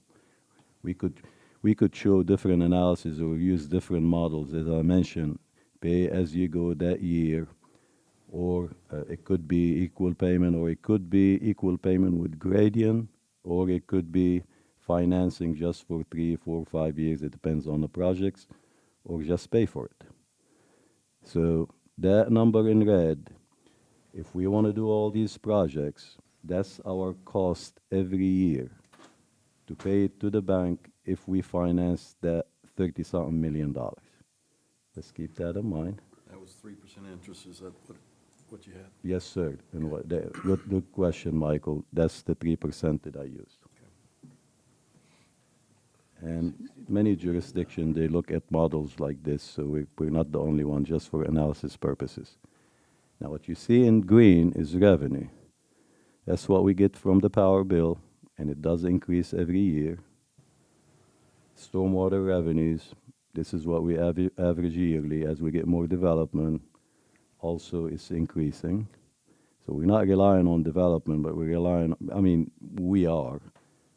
The more businesses and residential areas we get, that number is getting higher. Stormwater reserve, we do have, if we don't spend any, if we have any leftover money from the $3.4 million, we took it and also made equal payment of it, invest in it, and make some money out of it. Debt service capital, that's what Jim talked about. All that is payment coming back to us, additional debt reserve, available bond, Monroe Road. Jim, you want to elaborate on that one? Yeah, that's the money we've drawn down. So we have $500,000 sitting in the bank, earmarked for Monroe Road. And So for, if we want to take that $500,000 and want to spread it over so many years, we'll be making little money on it, but that's per year if we invest it. Correct. If we want to pull that money out. The street bond, also Jim mentioned that, and the Waste Pro, if we don't do anything, it's sitting there for 14 years, this is how much money we get. So that total right here is the revenue. This is an expense if we want to do all these projects. Now, these are the bonds. David, that's what you asked.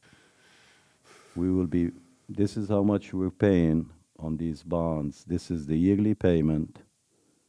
And I'm going to jump on you a little bit down to tell you how we came up with that. Each bond has a different interest.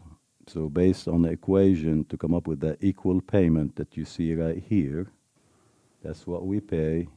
Each one has a different duration. You could look and see when they expire. One of them at 2023, one at 2025, and one of them is supposed to be 2032 or 38. I think it should be 2032, correct? That's a mistake, I apologize. So if I go back up here, you could see that the first bond will be paid off in year 23. And I'm sorry I'm jumping. So when you see 0, that's when we pay off those bonds. If we add up that total, these are payments that we're still paying on. So what we did is we took the cost of yearly CIP projects that you see right here, we added to the cost of the bonds, and it gave us a total. Those 3 first rows right here, they're based on that 0.185 tax base, correct, Jim? And down here, based on increasing the tax by 2 cents, just for the sake of the presentation.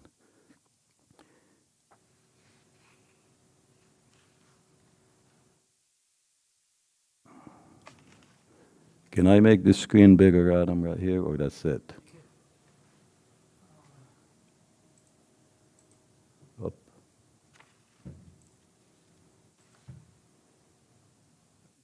Let's take that little arrow.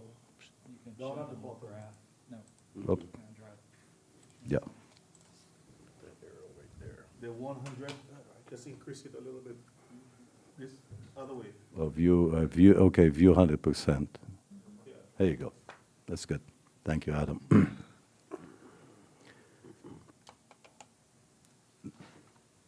The last item before I go over the chart, I'm going to get back to the CIP for a second. And I could pick projects like the resurfacing. I could reduce that,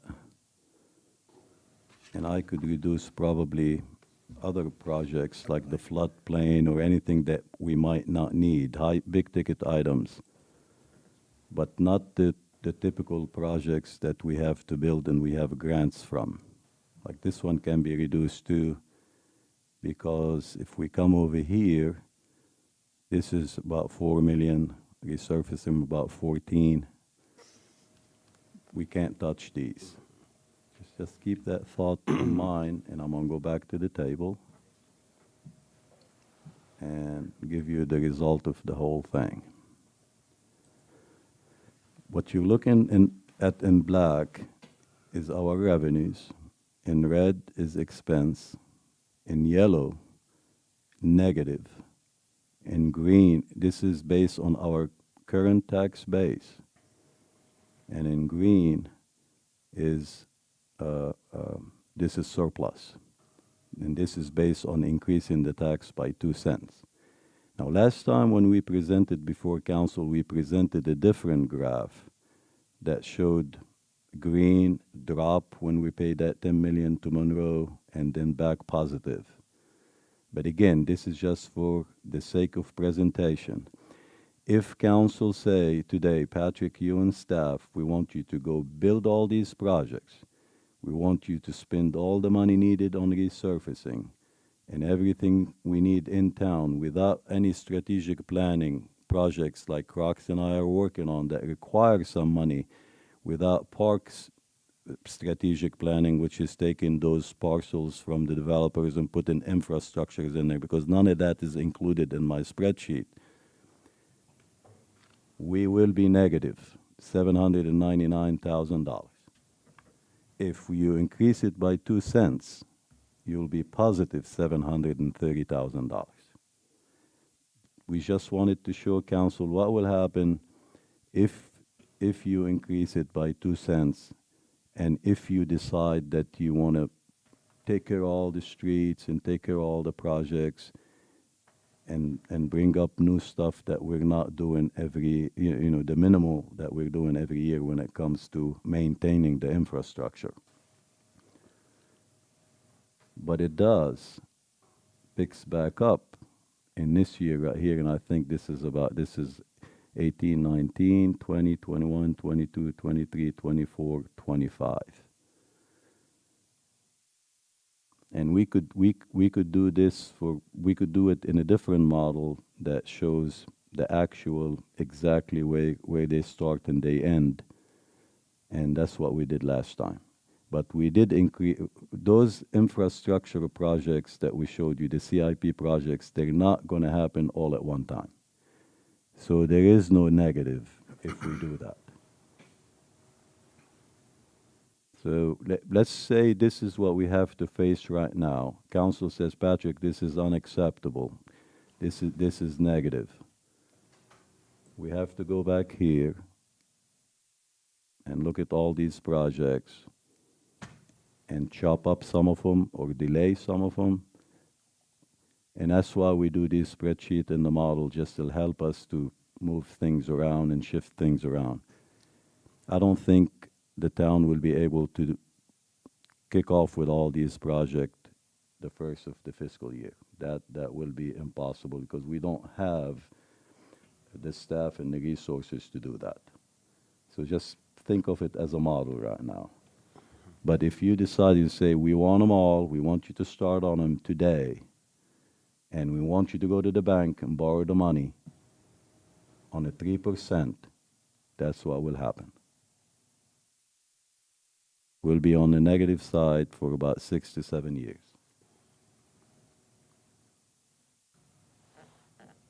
Keeping the same tax rate we have now. Keeping the same tax rate we have now. Basically, if I look at this, if it was a penny, we'd break even to begin with. But that's saying that every project we have on here would start this coming year. Yes, sir. Which we know is not going to happen. That's correct. So it kind of tells us we're in pretty decent shape. Yes. Okay. We wanted to give you the worst case scenario if you say we want all these projects. Now what we want to do is we want to start with the projects that we have funding for, so we don't lose that funding, and we got money coming in. But again, we spend it over 14 years. We could do it over 5 years. We could do it any different year. We could shuffle around. we could delay projects, advanced projects, but that is fact right here, based on our tax base and what we spend here in town, and the cost of the projects and the interest rate. That's how every municipality, I think, they do the same thing. We just picked this model because it was easy to be shown, and also it kind of shows us exactly where we're supposed to be if this and that happened. If a Chase came back and said, you know, Patrick, I'm sorry, we need $400,000, then I'm going to come back and say, you know, I could take this project off to make up for it, but it will have some impact somewhere. But that's why, and I'm not advocating raising taxes, but, you know, if Chase came in with I'm sorry if I'm using Chase and Union County Sheriff's Office as an example, because it did happen, but it's not that significant. It's something that we could manage.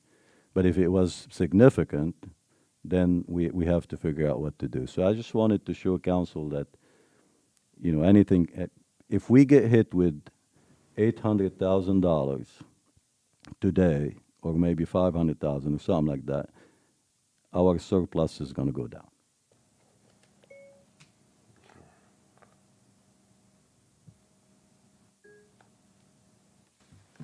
But Jim and I, we're going to go back and put the actual model based on the durations of the projects and back off some of those projects. Say, you know, one of them is not going to start this year or next year or whatever, and have an actual one and compare it to this model. But the tax base is the same, and the interest rate is the same, and everything is the same. We could concentrate on projects that we're getting funding back. And we could decide, pay as we go, don't borrow any money. But borrowing the money, if we have fund balance, what's our fund balance right now in cash total, Jim? We've got about 28 million in the bank, of which 15 million is fund balance Right, so available. that 15 million, also I shared with council in the past those equations that North Carolina look at in regard to Moody rating. So we have to decide, should we go borrow money, pay interest on it, and keep our fund balance in the bank, or should we use that fund balance and don't finance anything? So either way you do it, somehow you're going to impact those 6 equations that might impact Moody rating. But I don't think Moody but if we improve the infrastructure, the asset value for the town will go up, and that will kind of give us a positive thing. So they balance each other. They offset each other.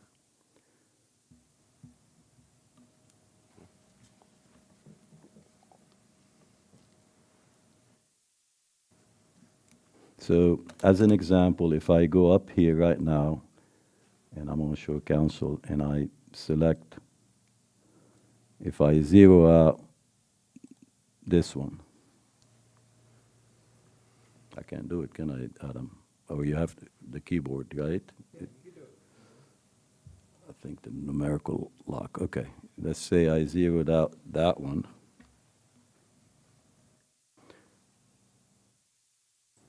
And I zero out this one.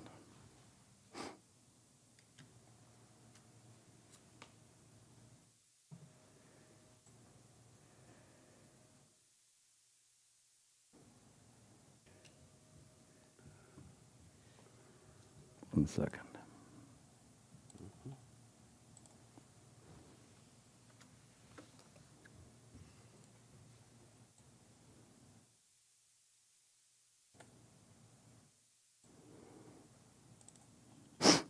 Excuse me.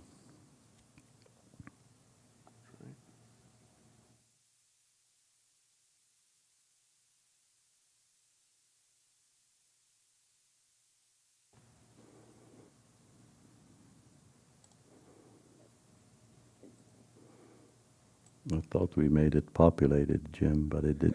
Oh, here it is. You see the difference? I took 2 projects out. Boom, we're on the positive side. So again, that goes back to staff to shuffle around projects.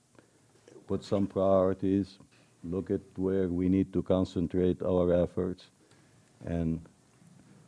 But again, the yellow versus the green, yellow is tax-based now, green is adding 2 cents.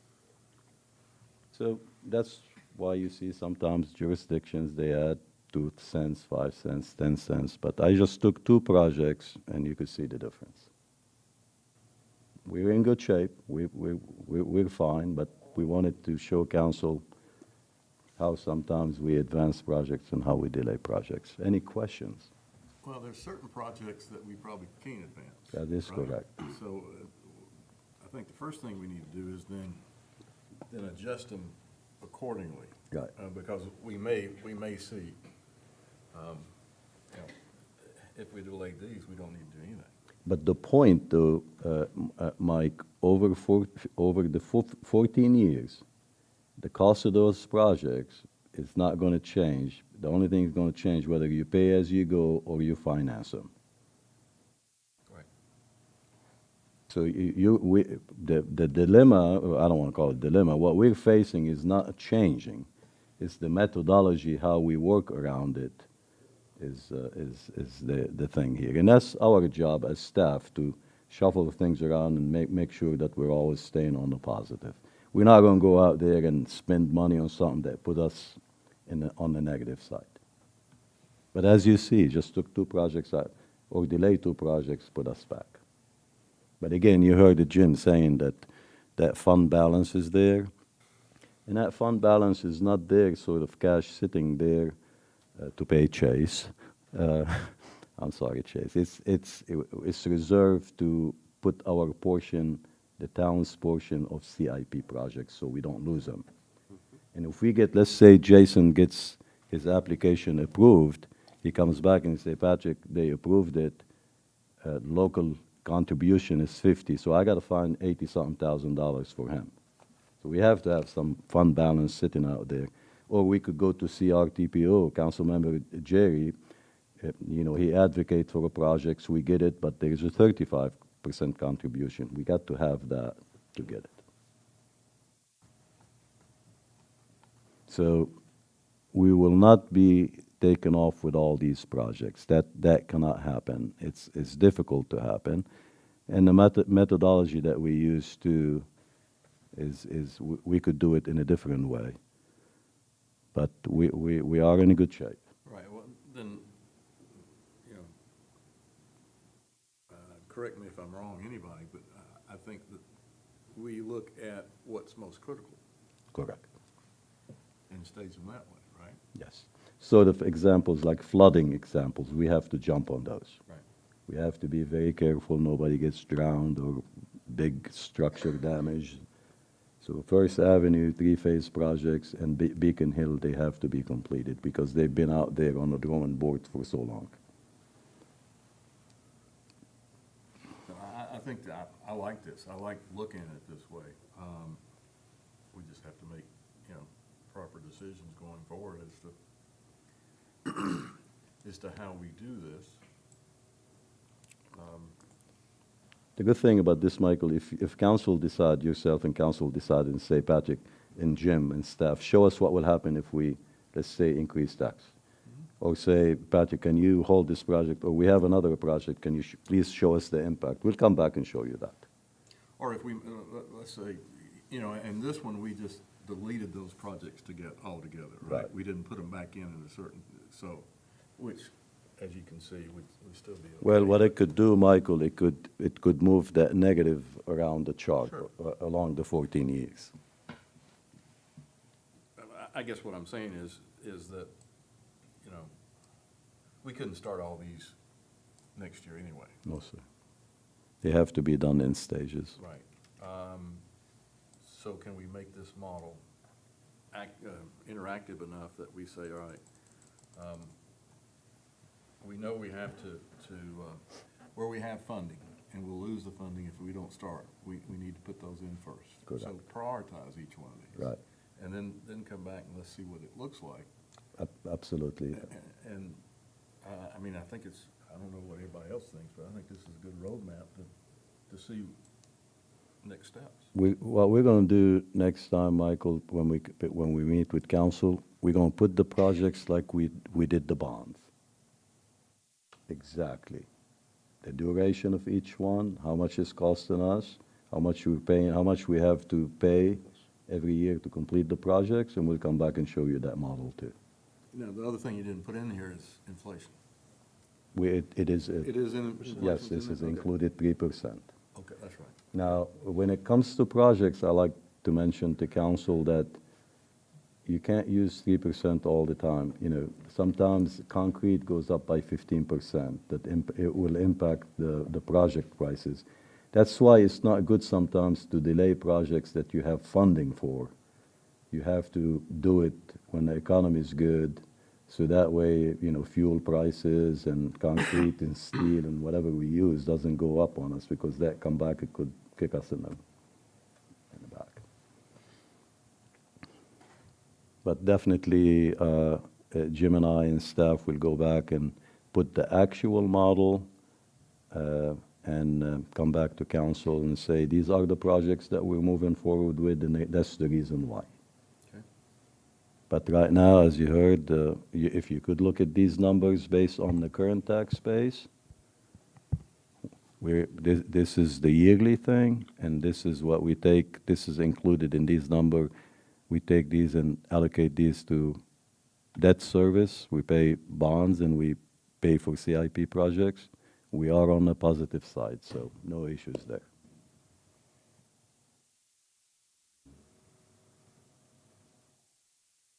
I think that's next steps, is prioritizing. And what we'll do is we will include that model in the budget book.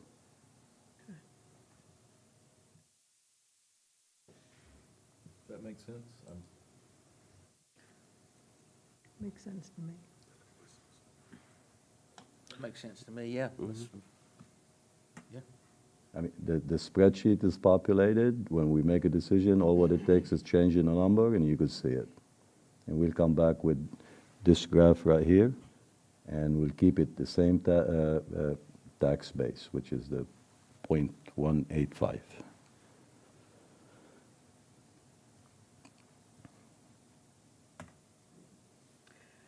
How many projects do we have? We have money for them now.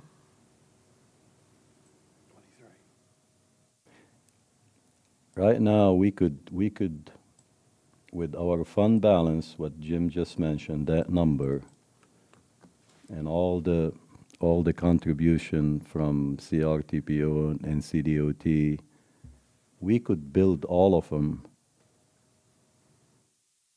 The only ones that we need to take out of this spreadsheet is what we spread over 14 years. Meaning, like this floodplain deal, $3.85 million, we might not need that. We might need just $300,000 this year, $300,000 maybe 5 years from now. Because Adam is monitoring that contract right now, and they're doing it fast, and we don't have any significant issues out there. A bridge culvert right here, also this is sediment on either side of the bridge. That could be a $100,000 deal. So this is what's impacting the entire spreadsheet. And remember too, we're financing, we're paying interest. That could add to it too.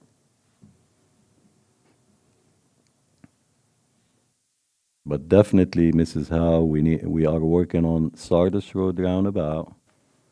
Indian Trail Complete Street, we haven't done anything, so by the time we finish design, probably we'll need something at the end of next fiscal year. So you're not touching that and remember, 2.5 something, 2.8 coming out of CRTPO. Patrick, is there an easy way to maybe color the certain ones that we can't touch so we can keep up with those? Sure. But again, we put what we put right here. We put 3,861,000. Our share of that, Todd, is $1.5 million, right? So let's look at that for a second.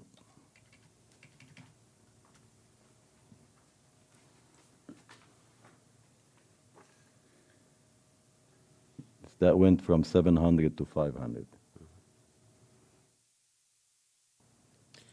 Patrick, if you put the, if all, which we're just paying the 1.5 million, that's our money that we're spending, why do we put the 3 point some odd million dollars in there? I mean, because we're not going,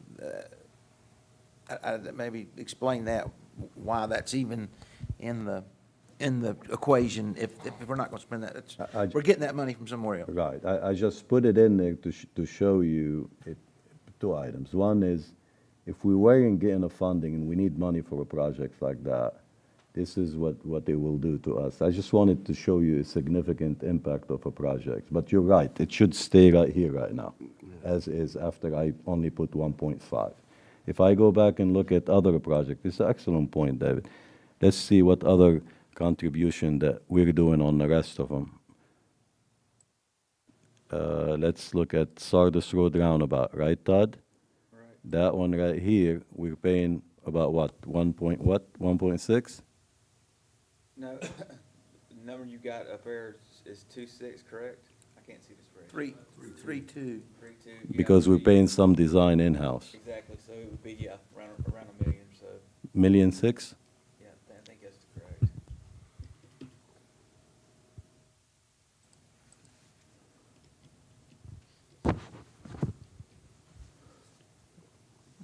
Oh, no way, I'm shut down out of.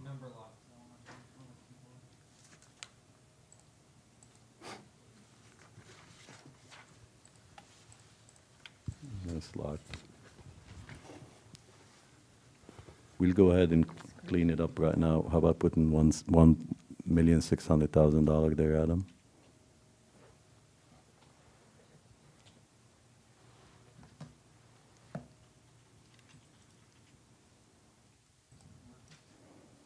I can't change it. But, okay, is it working now?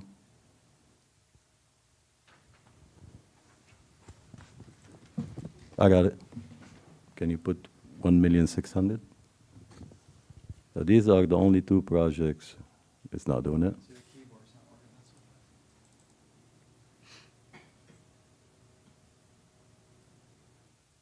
No? So there are only two projects in here, and then we want to keep that 10 million, and that resurfacing. For this model, we don't want to change it because we're averaging $1 million a year. To maintain the streets, we got to keep these same numbers, the floodplain. So, Councilmember Morris, there are 3 items in here, and David, this one, that one, and that one, that we will change and see if we could, is it working out? Patrick, I have a suggestion. What about if you copy the 1.5 and paste it in the 3.2? Yeah, this one right here. Yeah, the one line. Okay, there you go. He's got it. All right, good. One more, you got it? And then go to the floodplain and make that one 600,000 for 14 years, 300 apiece, so $600,000. Correct? That's it. And highlight those if you could. Sure.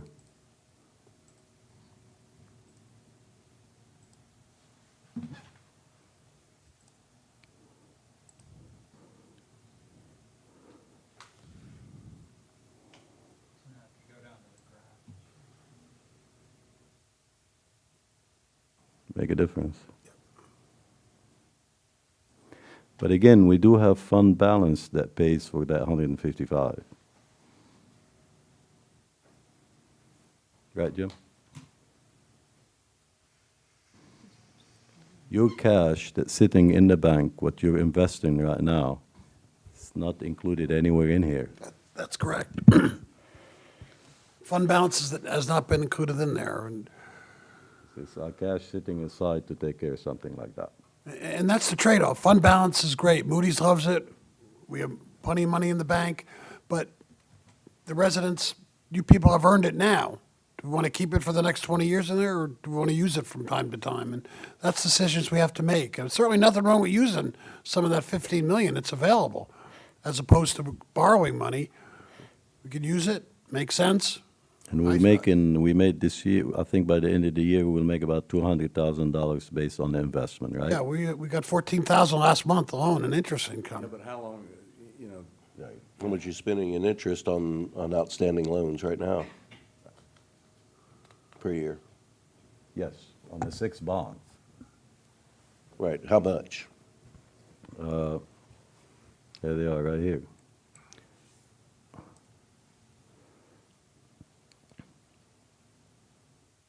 Interest right here.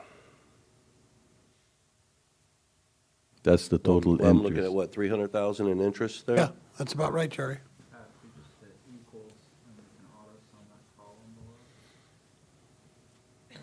Oh, right here, you mean? Summation, yeah. 327. So we keep 15 million in the bank to earn 200,000, or we take some of the money out and pay down the debt, which would decrease the interest payments that you're paying out. That would be the pay-as-you-go system? Okay.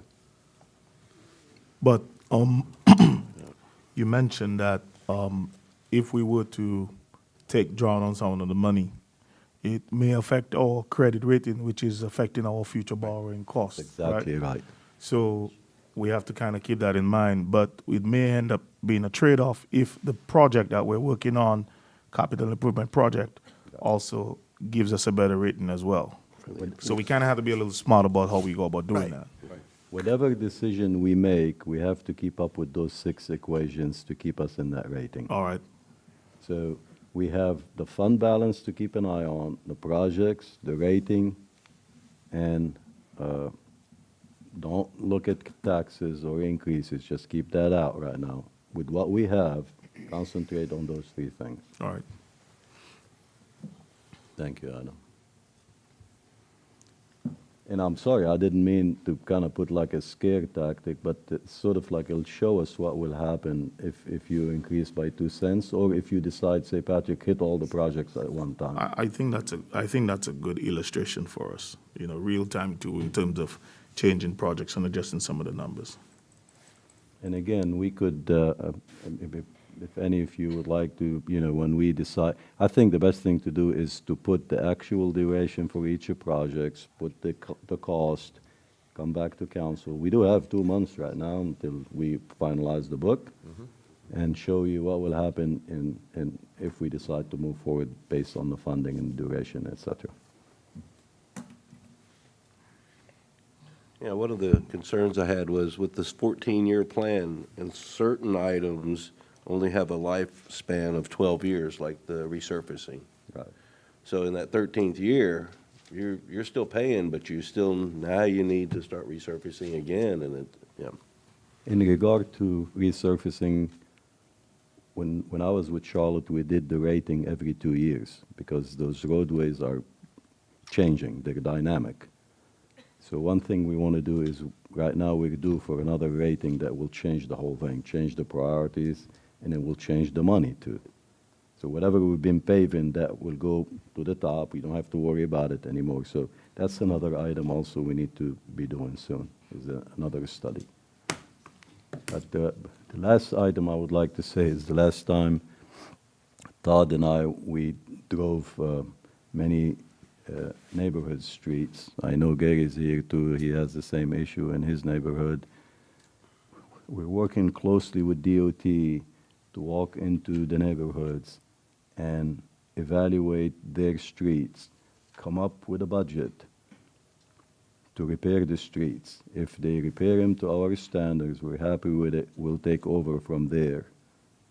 And if they don't, we're telling them, you guys need to spend the money and deal with the neighborhood, because we're not going to take them if they're not to standards. But there is an advantage if we take more mileage, you know, that power bill go up. Like the last proposal, North Carolina DOT gave us for Indian Trail, if we take it over, $500,000, right, Todd? And we weren't that happy with that because we want more. We thought that it needed more repair. So that's a big ticket item. Every year is about $1 million minimum. But we will prioritize it based on the rating. So one year we do 300,000, The second year might be 1.6. But resurfacing, I would say, is an item. If we come back next time and show you a new graph, you're going to see it for 15 to 20 years because it's an equal payment that we have to pay every year to maintain our streets. That's the only animal we have out there that we don't have much choice with. And we do have another hour after lunch is scheduled, but just want to let council know that lunch is ready if you decide you want to break for lunch.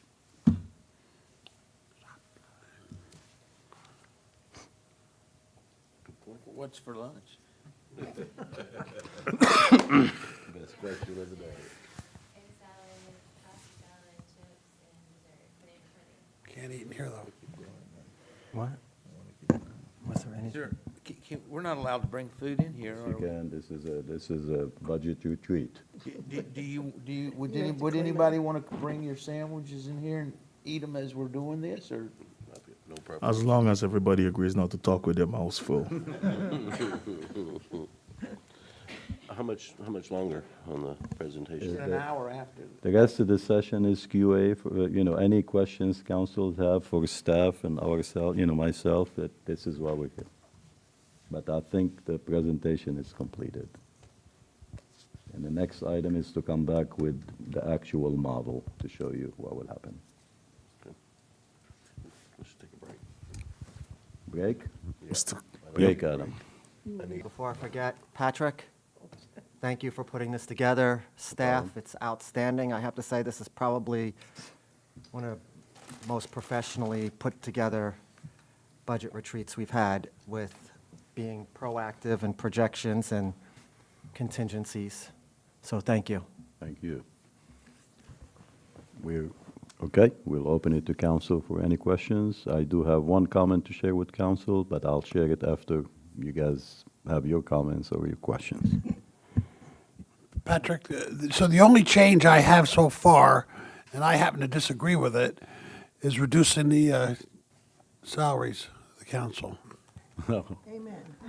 It's the only change I have so far. Yeah, I have a comment about that one. Jim and I think I shared it one time with David.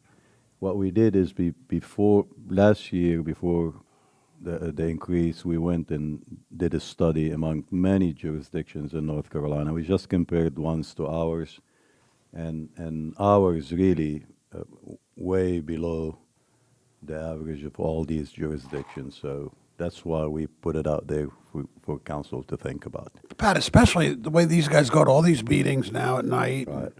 liaisons to every committee. I mean, I saw Shirley out 3 nights in one week, about a month ago, 3 nights in a row. Yeah, I mean, if we take the mileage, if we take the emails, the phone calls, the contribution, you're attending all these meetings. I've never seen anybody doing that before. So that by itself, as a separate cost, it's a cost of transportation, time, and all that. That could be also kept separately. I remember David and I, we talked about some jurisdictions around here. They get mileage and they get food and sometimes per hour, but that's council's decision. That's why we put it in there for you to think about it. Any other item?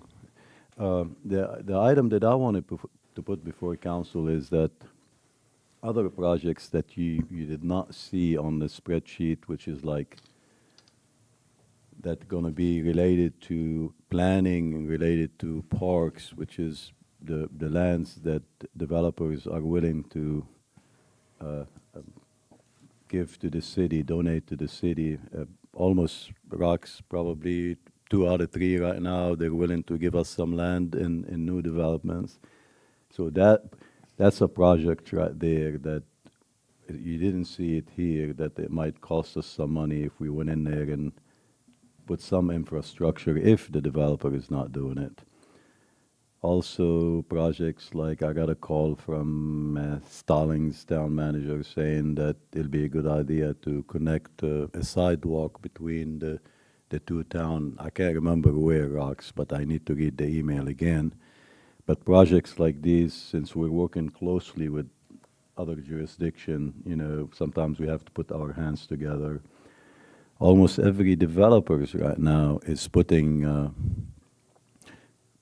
trails in every development. Every development we get, it has trails in it.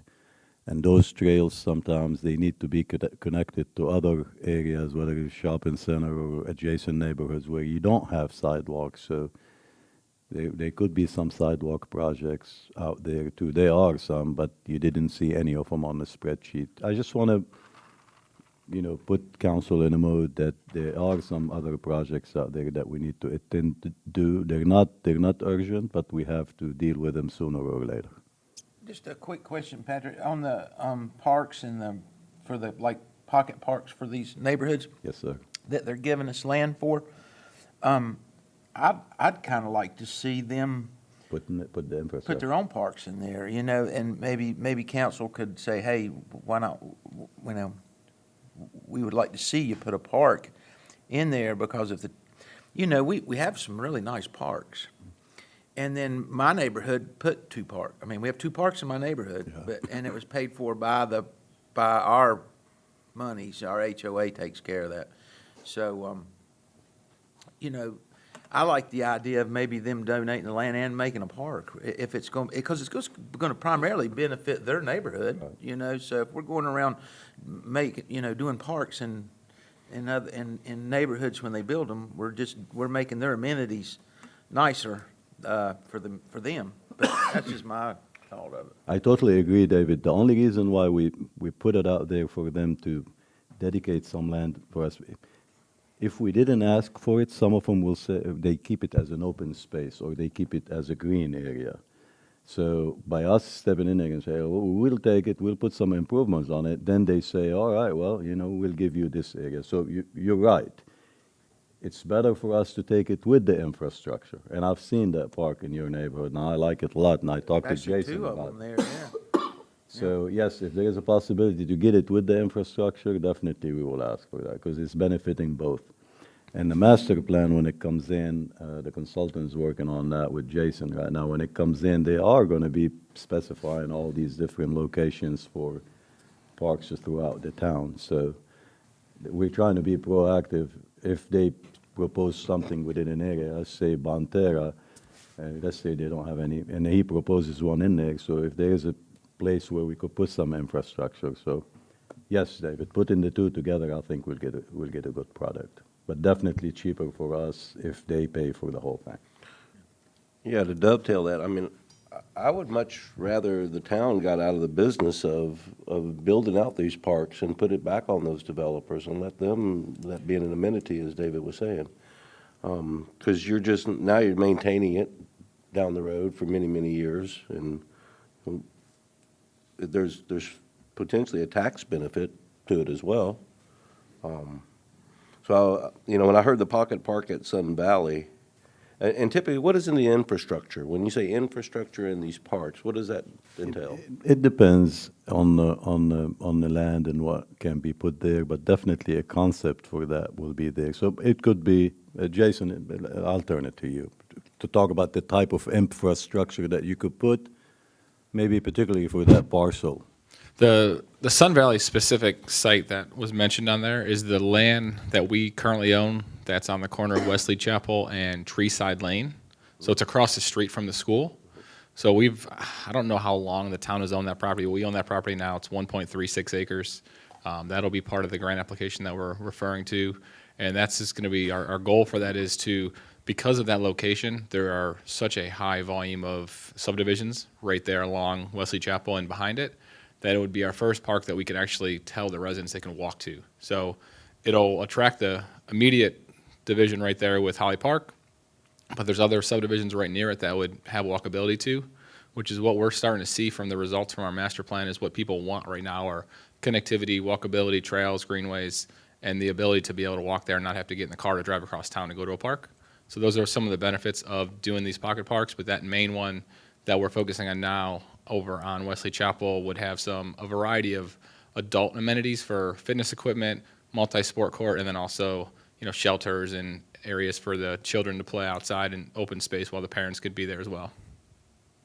And they don't have any of those amenities in those three developments? Holly Park has a playground right now. They do have a walking trail around a pond, but it's tucked back in the actual subdivision. So the goal behind this one was to attract more, walkability from other subdivisions outside of there down Wesley Chapel Road to kind of connect also to the Sun Valley district right there where the Harris Teeter is in the shopping center. So you could get people that might want to walk to Harris Teeter and then stop at the park on the way home or on the way there. Could this not be a condition of approvals for future developments, is that they put in a park like this for those developments, so that we're not footing the bill, the taxpayer, going forward? Because I don't know what price tag would be on that particular 1.2 acre park or 1.3. If that's $50,000 that you're looking to throw at that, or? So this specific project's probably a little different than some of the future projects that developers would look at because we already own this property. Whereas, it's definitely a conversation to have when we're meeting with developers or Roxman meet with developers to talk about them footing that bill in the future for sure.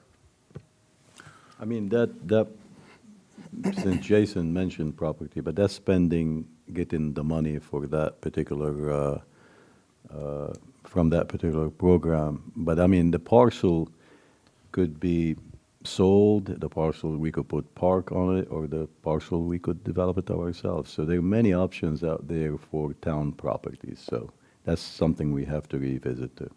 If I'm not mistaken, you can't use bond money on any of these pocket parks, No. correct? Correct. I The think that bond we money found is that out not too only long for ago.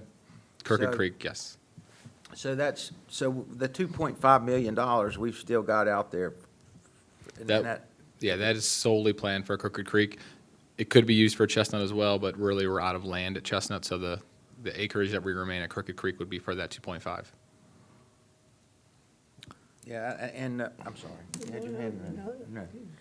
No, I'm with you. At one time we talked about, I think Pat and I talked about, Patrick talked about it with you and Jason. I think you knew what we were talking about, or Patrick was telling you.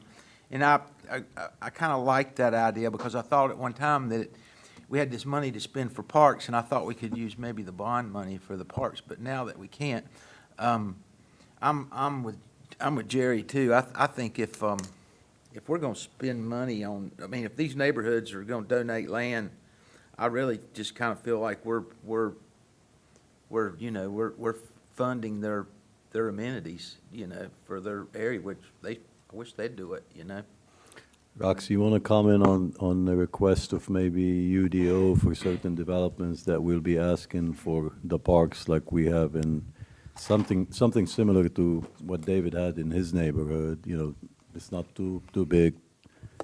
I think it really, just from my knee-jerk reaction, a lot of this needs to be on a case-by-case basis because every site is different, every location is different. And so if you have a small, modest neighborhood, then you're going to have correspondingly small, modest improvements related to recreation. Conversely, if you have a very large neighborhood, particularly maybe one that has other neighborhoods surrounding it, there could be, that may be a scenario where we'd want to work with a developer to see about having some land and/or improvements donated to where it could be more of a regional nature. We certainly don't want to be, and this is just my personal opinion, we're kind of knee-jerk here. I don't think we want to be supporting the improvements of what ordinarily would be provided by a developer and maintained by an HOA. I think what we want to be supporting are improvements that provide service to the neighborhood itself, but to the region or groups of neighborhood. And that's where I think the partnership has to come in because it's not, again, from my perspective, not fair for the developer to be spending money to help 3 other existing neighborhoods, have recreation amenities, but maybe there's a partnership there with through land and improvements, we can develop a program around it. So I think it really just comes down to being case by case. Quick question. But if I'm a developer coming to you with a project to build 100 houses, 200, 500, whatever the case is, can we force them? No. To do that? That's the key here where I don't want to seem like we're imposing our will, but it's essentially that's what we would be doing by forcing them to do that, saying if you don't come with the park, then your project's not approved. You can have requirements, and this is something I think there's an opportunity to work to improve upon the EDO, where you require X% of open space, which we already do. I'm not really thrilled with the formula, but so you have a percentage base, and you can massage that even further and say, you know what, we want to have X% of that percent to be active recreation. So it's not just having a tree save area or something like that. We want something active. That could be a trail, as Patrick had mentioned earlier, or it could be a playground. It could be a pool facility, or what have you. And so you can work with that, but all of those percentages are going to be in scale with the size of the community. And so I think what Patrick is saying, you're in a challenging position trying to acquire larger regional improvements out of a single site-specific project.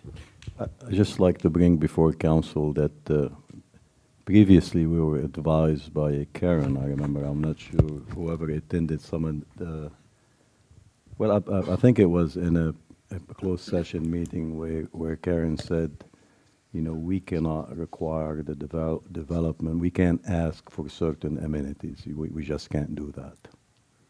Unless it's in the UDO listed somehow differently. We can't just say, we want playground, we want the fire pit, we can't do that as council. But staff. And it needs to be in scale with, it needs to be fair. Let's just use that term, it needs to be fair, what's being asked for, given the size of the needs of the project. That's correct. Patrick, you said that the town manager of Stallings called you and wanted to work with us on the sidewalks connection to Stallings. Yes, ma'am. Excuse me. Some of the sidewalks were done. There was a period, I don't know who would remember that of the people that are, Adam, do you remember when we were working on some connectivity to Stallings on Monroe Road? So the Monroe Road sidewalk, that multi-use trail Yeah. will be built with the old Monroe Road project. Okay, because I was going to say, if they haven't thought about, I didn't know how far apart it was that was connected there. And it needs to be taken under consideration if they're going to widen Monroe Road, which,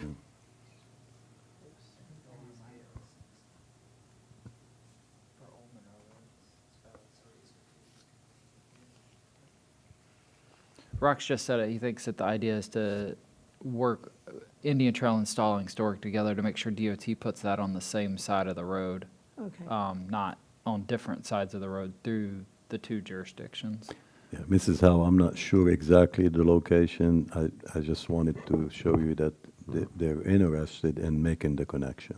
Right. But I'll find out exactly where that sidewalk is missing. Where is it missing? All right, thank you. Yeah, thank you.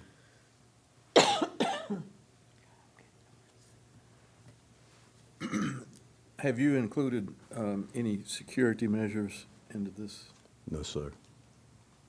Is Chase here? He's gone. No, we did not, Mike. I think talking to various council members, everybody mentioned that probably it'll be a good session to sit down with Chase and talk about that. So thanks for reminding me, Michael. So we have a couple of months. If council decide on something, we could always add it. So that's something right there that is not included in the budget. Thank you. Earlier, I asked about the connector between the Blythe building and here, and you said it was somewhere else in the budget? Is I'm that sorry, correct? what was it again? I'm sorry. I'd asked about the connector Uh-huh. between the Blythe Yes, building and here. And I may have missed it when we were, Yeah, it's, I think we put $80,000 for that. Let me find it, council member. car between the two. oh, not a trolley, oh. Town Hall Trail right here. Okay, I missed It's it. 80,000.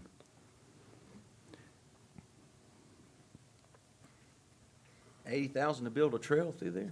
Well, mainly, David, what we directed the surveyor is to survey it ADA, so simply. Oh, I got you. Yeah. So we only have to do, I think, one or two small wooden crossing. We have to go over a swale. Gotcha. But other than that, it's going to be on ground. And this will just be a pedestrian? That would be an 8-foot pedestrian walk. I'm just curious, if we sell that land, though, I guess whoever gets it, yeah, No, we're not proposing, oh, you're talking about the one uptown? yeah. The old Civic yeah, Center? Yeah. Okay. We're not built, that's not where it's coming from. No, there, sir, here. this is just connecting with, what we want to do is we're going to connect it to where Chase is going to be at, and ultimately to connect it to the Indian Trail That's project. fairly close. Yes, sir, yeah. The sidewalk is already there, David, from Indian Trail to the park. So the only missing part is from here to the parking lot.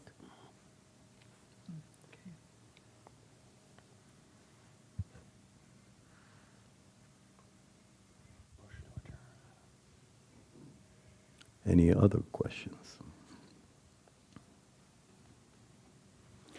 And that's where I was, the Sun Valley Park's 190,000? This is half of the grant, this is half of the whole grant, so this is our contribution, 50% of the, what, go ahead. Correct. So yeah, the Sun Valley is the grant we're going to be applying for the Part F grant this year. We're anticipating that around 180, 190,000 would be the total project, and then we would have 50% reimbursement for that if we are awarded the grant. But the competition on that one is very high, correct? Correct, Jason? yeah. So typically, right now, I believe the state funding is only about 6.5 million, and we'll have anywhere, the state will have anywhere from probably 50 to 75 applicants from around the state, and they probably will only fund about 25 projects. So if I thought it was appropriate, and let's just say that we were looking at trying to find $190,000 in the budget to make it a balanced budget, I could request of the council to scratch this from the budget? Now, this is up to, council has to make the decision, and I shared that with Jason, whether 50% contribution is acceptable to council. But there is that grant out there. I mean, it's open to all jurisdictions, and I told Jason, go ahead and start the application, apply for it. We're not going to lose anything. Now, you do have to spend $180,000.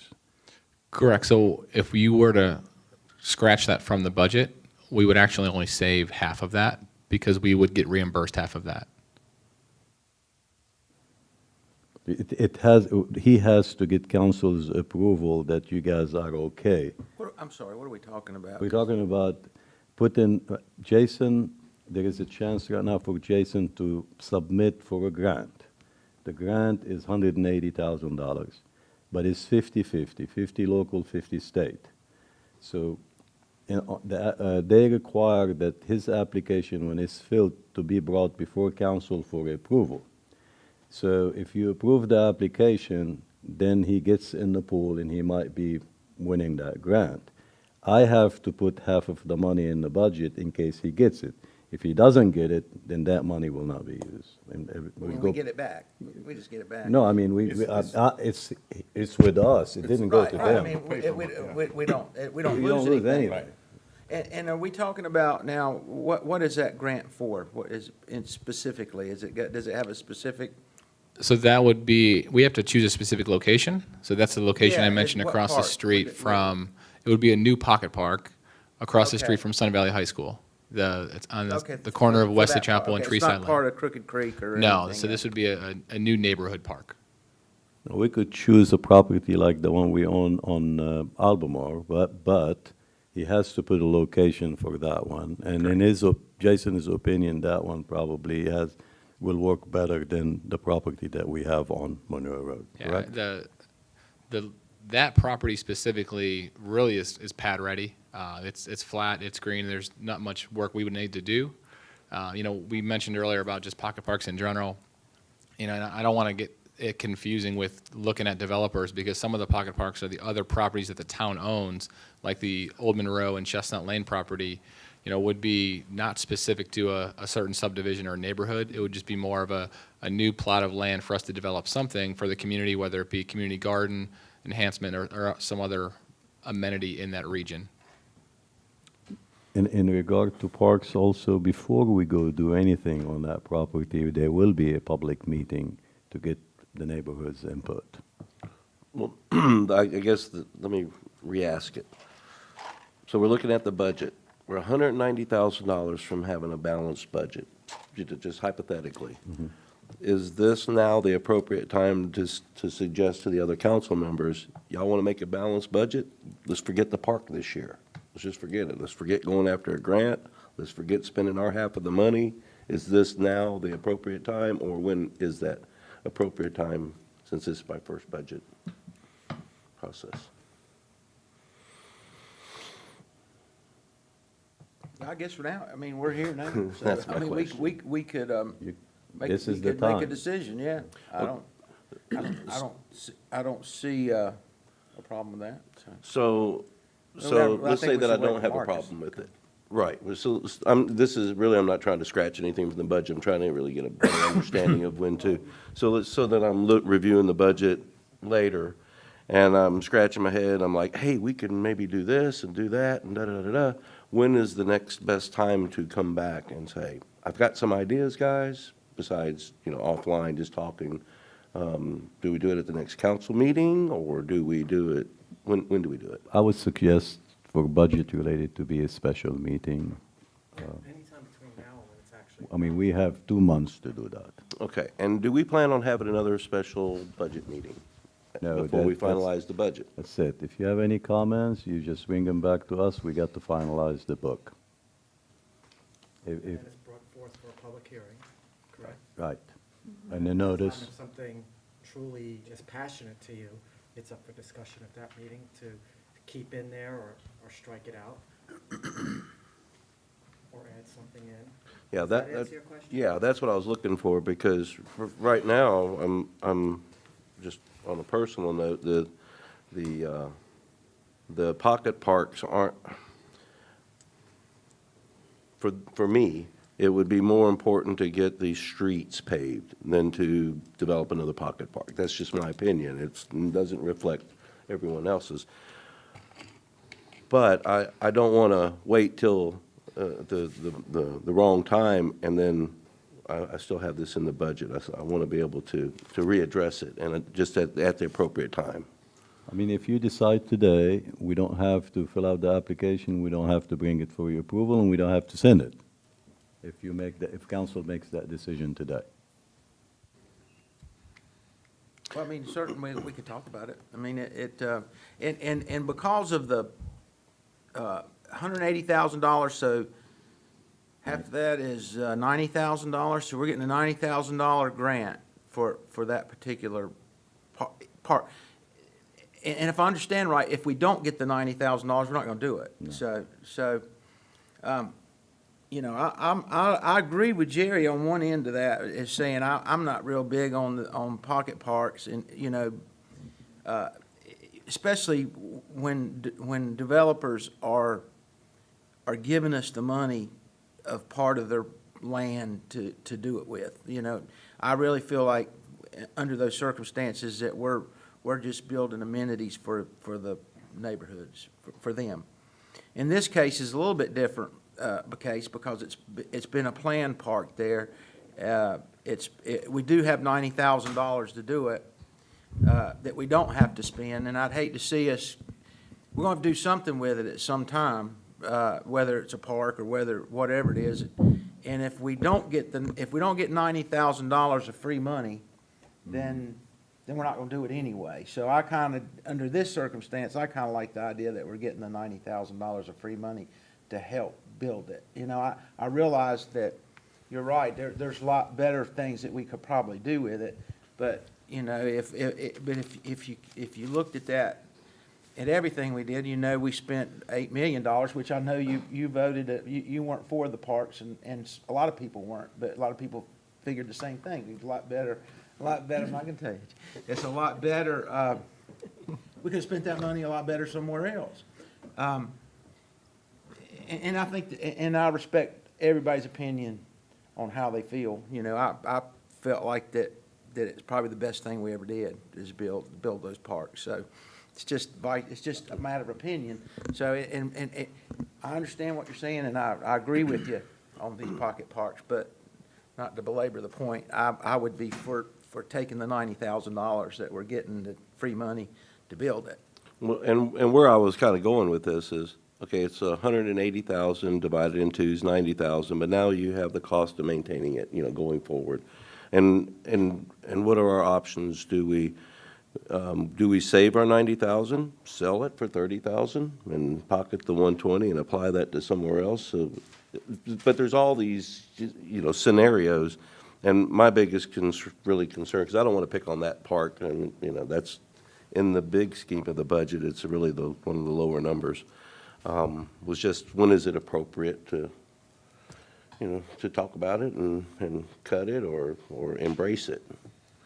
Under this circumstance, I'd say let's talk about it now, because you're waiting to get the grant. You got to know what to do. We have to do it before the 5th of next month. Yeah, I would say if I can speak, the immediate time would be to speak now. The application's due May 1st, and it is a lengthy application that we've already spent a lot of time on. And if the council does not want to pursue it, which is fine, we would take our time and not spend it the next 2 weeks getting ready to apply and do the application.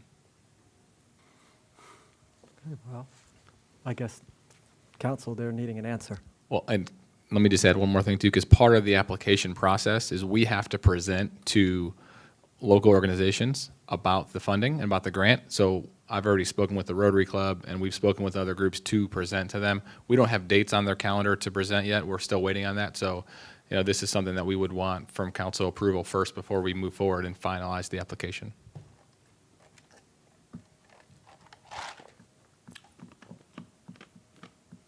Council, David, you want to take the lead? Jerry, one of you? Well, lastly, I was going to ask the grant, some grants that you have to pay back, and some grants are free money. Which ones are which? And, We don't have anything in here that we showed you today that we have to pay back. okay. None. Okay. The only thing I would say about this one, like David said, there's a $90,000, many jurisdictions compete for that.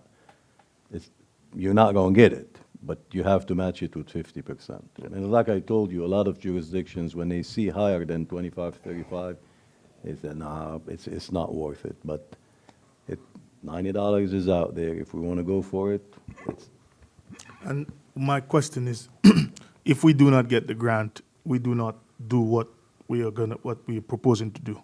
Correct. Getting the grant is conditioned, building the amenities there is conditioned on that, right? At this moment, correct, On yes. the grant. We own the land, and the intention of that is to build it so that it could benefit the neighborhoods over there, right? Correct. Because at this point in time, all the neighborhoods out there are built out. They're building some in the back there, but all of them are built out, and if they have parks on there, they have parks right now. This would be owned and operated by the town. Correct. All right. I have a little concern about the pocket parks, the one by Sun Valley High School. Is that going to be sort of a hangout for the kids? You're talking about this one? Well, that was a concern I had, because it's right across from Sun Valley Middle.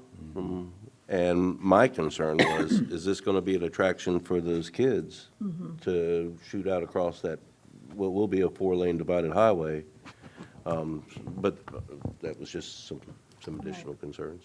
we still have to go before the neighborhood. There's got to be a public meeting before the neighborhood to agree on our concept.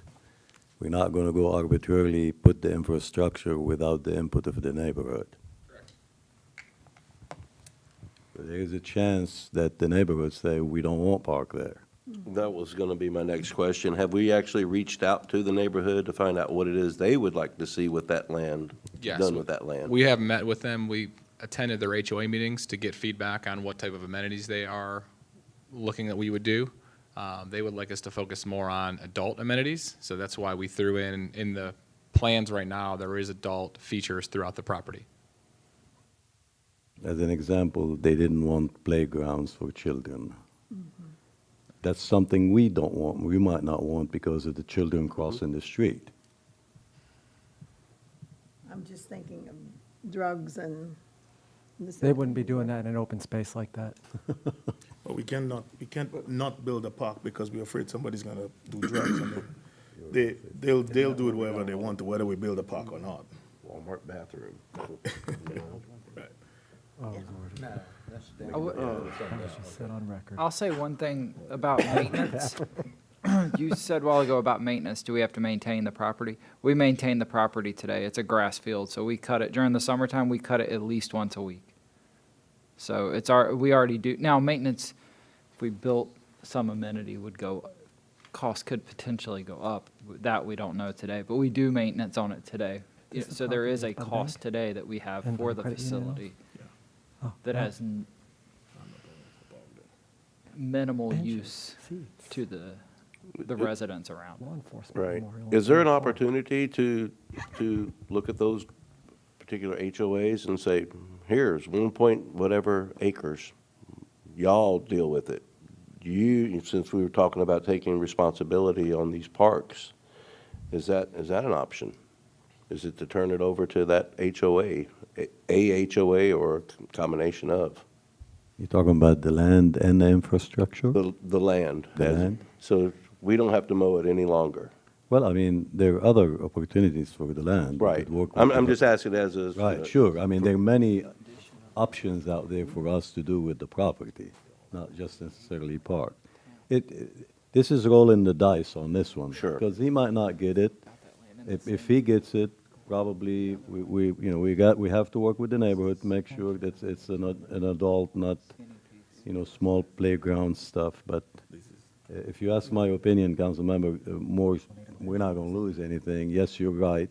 We put in $90,000, but again, Are there other things that Jason could be working on that maybe, instead of spending money towards this, towards the other parks? To building out that 2.5 million for Crooked Creek and? sure, I mean, we do have facilities. He could add something to the Phase 1 of Crooked Creek if we find a space for that. So to answer your questions, we have many options. I think if the people that live there want that, go for it, see what happens. If I think they met with them, the only thing they had issues with was the playground for the children. So they Correct. didn't want children playground. Other than that, they did want. Yeah, the HOA we met with it was a few months ago. We met at their meeting, and Mike Parks was on hand as well, and they were supportive of the concept. Just like Patrick said, they were in favor of not building a playground, which is not in our plans. Is this a senior neighborhood, 55 and over?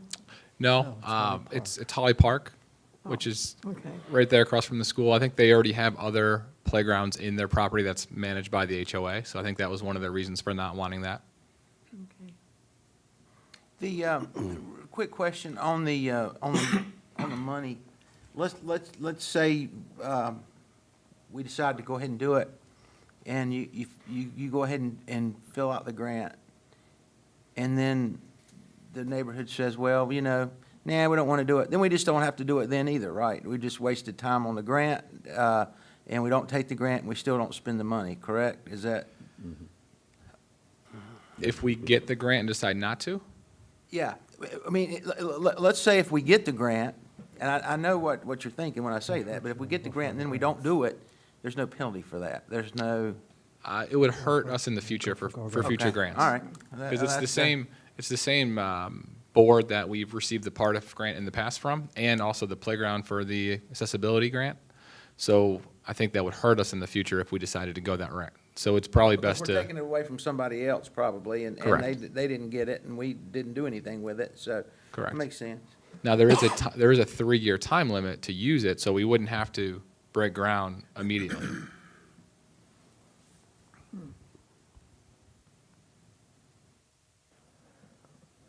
I think this is a little more detailed than you can solve right here. Well, I might have an easy suggestion to solve it. Now, we could revisit during our next council meeting if you'd like. And I told Jason, go ahead and get the application ready. If you decide not to do it, then we don't sign on it. You don't have to sign on it, and we don't have to send it. He So shouldn't But get can- the application ready. if he's But can we not, I mean, there's 5 of us here. Can we make a decision on this to say whether we want to include it or not? Yeah, I mean, do I we think have to that's- get a let's do vote it. Yep. Well, you on need, us? yeah, you really should have some sort of vote to, and Sure. direction for them. Do we- And you could include do that yeah. now. Yeah, I'd like to make a motion that we do not include this in our budget this year. Okay, Mr. Morse has made the motion not to I'd like, include this. I'd like to speak first. Okay, All Mr. right, Cohen? And then we can vote on it. I disagree with Jerry, which is respectfully disagree with him because I think we're getting $90,000. I think it's our one chance at $90,000 to get it. And I think it's a, you know, I think if we wanted to, we could go through and pick apart lots of things in here that we could not spend money on. So, but anyway, that's just my 2 cents worth. And I want to piggyback on Mr. Cohen there. This Sun Valley area has become a bit of a disruptive area Commercial district. with the children, and they're going places, and if we just leave it an open field, that can make matters worse. The more we interject into this area and make it more adult-friendly and more presence of adults, it should lessen the effect of these children even thinking about ganging up in areas of that, and get into little bits of trouble. Actually, Jason, correct me if I'm wrong, areas like this tend to bring better things rather than more of the downward. Yeah, especially the open area that is wide open to the public eye, because there is nowhere for someone to be doing something that you wouldn't want to be seen doing because it's wide open. And it's also, there's been a lot of studies that have shown that, giving facilities or building facilities to give a use for people to go to, decreases that as well. So that's my only comment on that. So if there's no further questions, Mr. Morse has put a motion on the table to remove this item from the budget. All in favor of Mr. Morse's motion, raise your hand. All opposed to Mr. Morse's, raise your hand. Let the record stand that 4 were opposed, with only Mr. Morse wanting it removed. Therefore, the motion's denied. I guess that means council's requesting you proceed with the petition for the grant. So for budgetary reasons, should we not reduce that number to 90 from, You have to include the whole amount. you have to include the whole amount? We must? Okay, put that It's from a 50%. credit and debit standpoint, okay, all right. to keep things in line. So it is That our, makes sense to you, right? would it be our intent to, You can't from there because. would it be our intent then, if we don't get the grant, we're gonna spend the 190? No. That's, Okay. yeah, right. Because then we'll vote whether to, well, no, if we get it. It's in the grant, budget, all right. It's in the So budget. is this contingent on receiving the grant? Right, Okay. that's it. I wouldn't want to do it if we had to do the 190. But one of the biggest reasons I want to go ahead and do it is because we may get $90,000, which we won't ever get again. This is our one shot at getting 90 grand for it. If not, I wouldn't want to do it for 190 grand. So the reason for my point on that, we just agreed to spend $150,000 on the memorial out there. We know that area, they can't really get a park. We own the land, and with all the commercial that has come over there from the traffic and the movie theaters, which are things that people enjoy using, I feel that creating a park there, especially on the contingency that we get the grant, is something that would be in the residents' best interest instead of letting the land just sit there. That's the reasoning for my saying, let's go ahead with it. What do you think our chances are? And from what Jason said, or either based on what Patrick said, you have 3 years. 3 You have years plenty to of time to spend it. tweak the design. You have some leeway within the Yes, grant to yes, tweak there's the leeway design? there. Yes. Okay. The chances of getting it, it really will depend on what the final applicant number is, which I don't know at this time. I know the funding amount is around that 6.5 million, but we don't know if there'll be, 40 applicants or 60 applicants. And just for council purposes, and especially because a lot of you haven't been up here as long, we try to get, or in the past have tried to get a lot of as much grant money as we can get. Because it usually is a one-time deal. And if you do have a park, or you have that land in mindset that you have it set aside for a park, or, for instance, let's say they give another park, a park grant or something like that. We know we got this big park out there, and I'm just kind of making a scenario here. Let's say they come up with a $500,000 park grant for something. And Jason goes, well, gosh, man, you know, we got all this land. Let's say we got another 30 acres to build out there. Eventually, we're going to build something out there. But this is a one-shot time we can get $500,000 of some of the state money or wherever the money's coming from that we can use it for. And we may only get that one chance to get that money. Granted, we may not need it then, but let's say we want to do it. It sure does. $500,000 sure would come in handy. And what are some of the other grants that maybe we have gotten that were big? We got some big grants, not that big, but. Yeah, this grant that we're going for is the same part of grant that we received in 2015 from the state, and that's what funded the disc golf course, the outdoor fitness equipment, the walking trail, and the splash pad. And how much was that for? That was for $203,000. See, a $203,000, and under those circumstances, maybe we didn't actually need that then. So I guess we had to match that, correct? So I take that back. It was $156,000, the grant. The total project between the two was $312,000, but we matched $156,000. 156. So we Yes. get all these amenities in the parks, we get all these things that maybe we didn't really need right then, but all of a sudden, we can get somebody else to pay for half of it. So that's why sometimes it's good to go ahead and do something when it's free money. That's what it is. That comes from our taxes. So can we talk about next steps? You know, are we going to now come back and change this so that we're looking at, you know, we have a whole list of projects. Some of them will not be complete, won't start this year, won't be in next year's budget, excuse me. I like this approach. I just like to get it, you know, prioritized, and ones we know are not going to show up. The reason for this is that we introduced the potential of doing a tax increase. You know, it's going to be out to everybody right now. I want to put this down to where we have an accurate picture. Like At Dave, some point in time, we probably will need to take an increase. And this is a way of looking at down the road, if we do something like this for the next, at least for the next 4 years while I'm on it.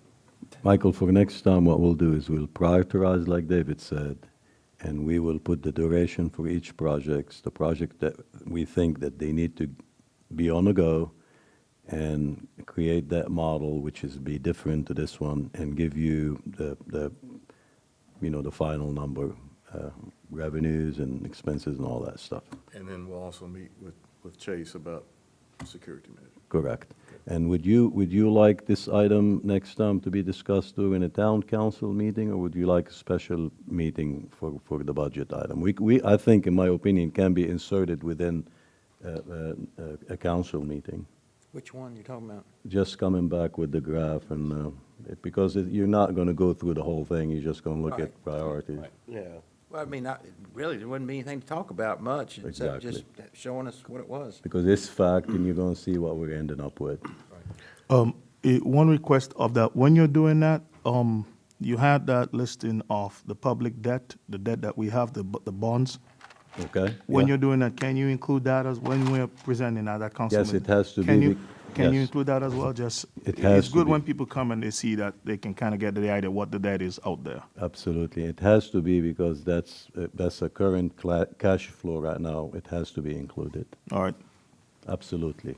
So I'll add it as an agenda item for the next town council meeting. And we'll talk about security to Mike. Yeah, and then the only other thing, thinking back, last time we were talking about,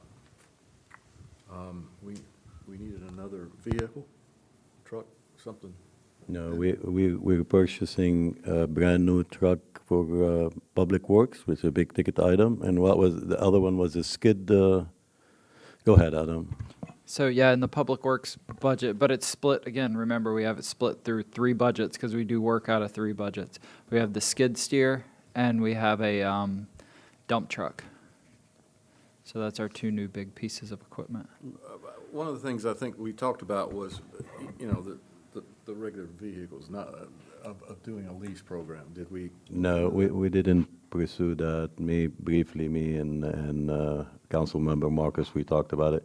We're waiting for Chase. He might assist us with 2 vehicles too. He might bring up 2 vehicles that we could use, but we did not pursue that option yet. Mike, I think the reason, when I spoke to Patrick, I asked him in terms of what is the average trip around town with the vehicles that currently have, and he says it averages around 10 miles? 15, 15, yeah. 10 miles. So what he's saying was, the chances of it breaking down and the overuse, not really. Also, he mentions that at because staff is concentrated here, if, let's say, Adam's department has all their vehicles out, and somebody on the staff needs to get somewhere, there is always a vehicle here that somebody can use to go to something. So he didn't think it was absolutely necessary right now to add that to the budget. It's like, it's overkill. Yeah, at any time. And I agree with that.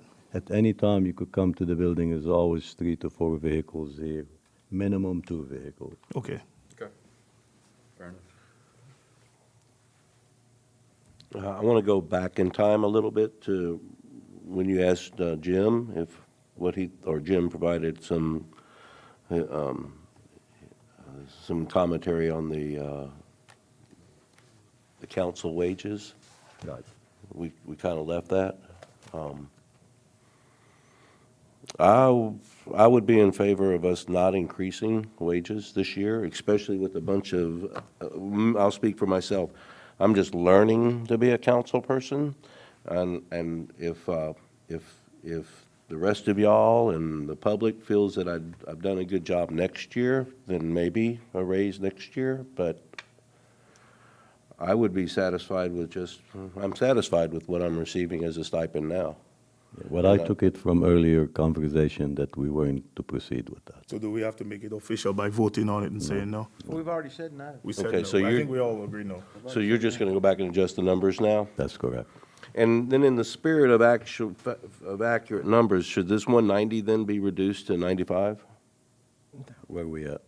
on the? The park. Going back to the park. No, Oh. it's a matter of credit and debit. You have to pay for it, then they reimburse you. But what I was saying is but that is the port. Yeah, but I believe they'll have it on a separate sheet where it says revenues No, but received. hold on one second. If you look at the first 2 items, it says 1.6 million. That is not the total cost of the project. That is actually our Yeah, contribution.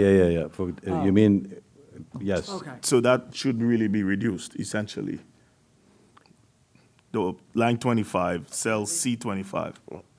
Oh, I think it's in there because we don't have the grant yet. Yeah. Right, but we've Jim just has said it that if we're not going to get the grant, It's we're the not building it. CIP, So it I should know. get to You're talking In about nature's our applying for the portion, grant, right? you have to show the complete price of it, No, correct? no. Is that correct? Next time, in the actual, in the other model, we will only show our portion. That's Okay. that's what we have to But show. we have to show them the full portion when applying. Yes, Okay. yes.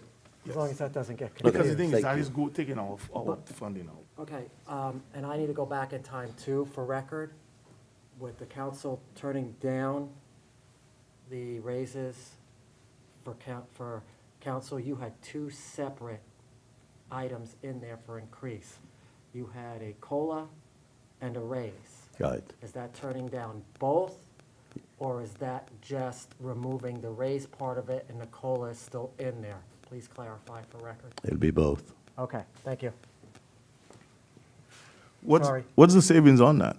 I'm sorry? That's a good question. $8. No, well, the 47 COLA, it's a raise on a COLA, so, The COLA was the It's a- COLA was a 2% cost of living that's built into so most about budgets. $25,000, right?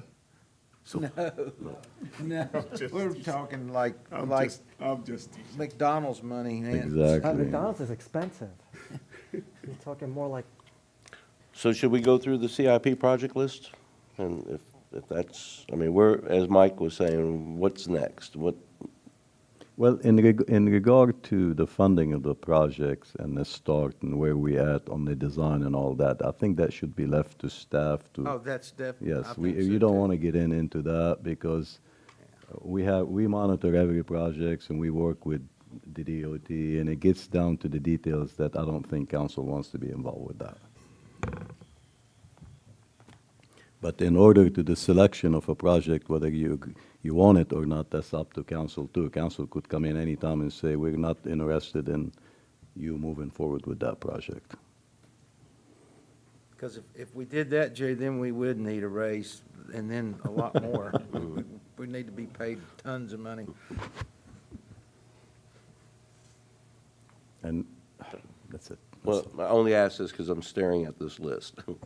Like, where do I go from here? Well, like I said, we're going to come back by a new list, priority, first priority, second priority, and give you all the financial information you need, project management, milestones, just give you an update, and we relate that 100% to the budget. How is it impacting the budget? Can you also add some footnotes as to if certain projects are not undertaken for whatever reasons? I know road projects, we have to take them on because, safety, travel, power bill, specifications. But if there's certain things you think that we don't have to do right now, you think that we can delay and so forth. As footnotes, just, Yes. Absolutely. Is that all you have, Patrick? Yes, sir? Is that all you have, council? Well, I guess this is a good time to adjourn this meeting. Oh, go ahead. Motion to adjourn? Has made a motion to adjourn. All in favor? Okay. Thank you, staff. Thanks for coming.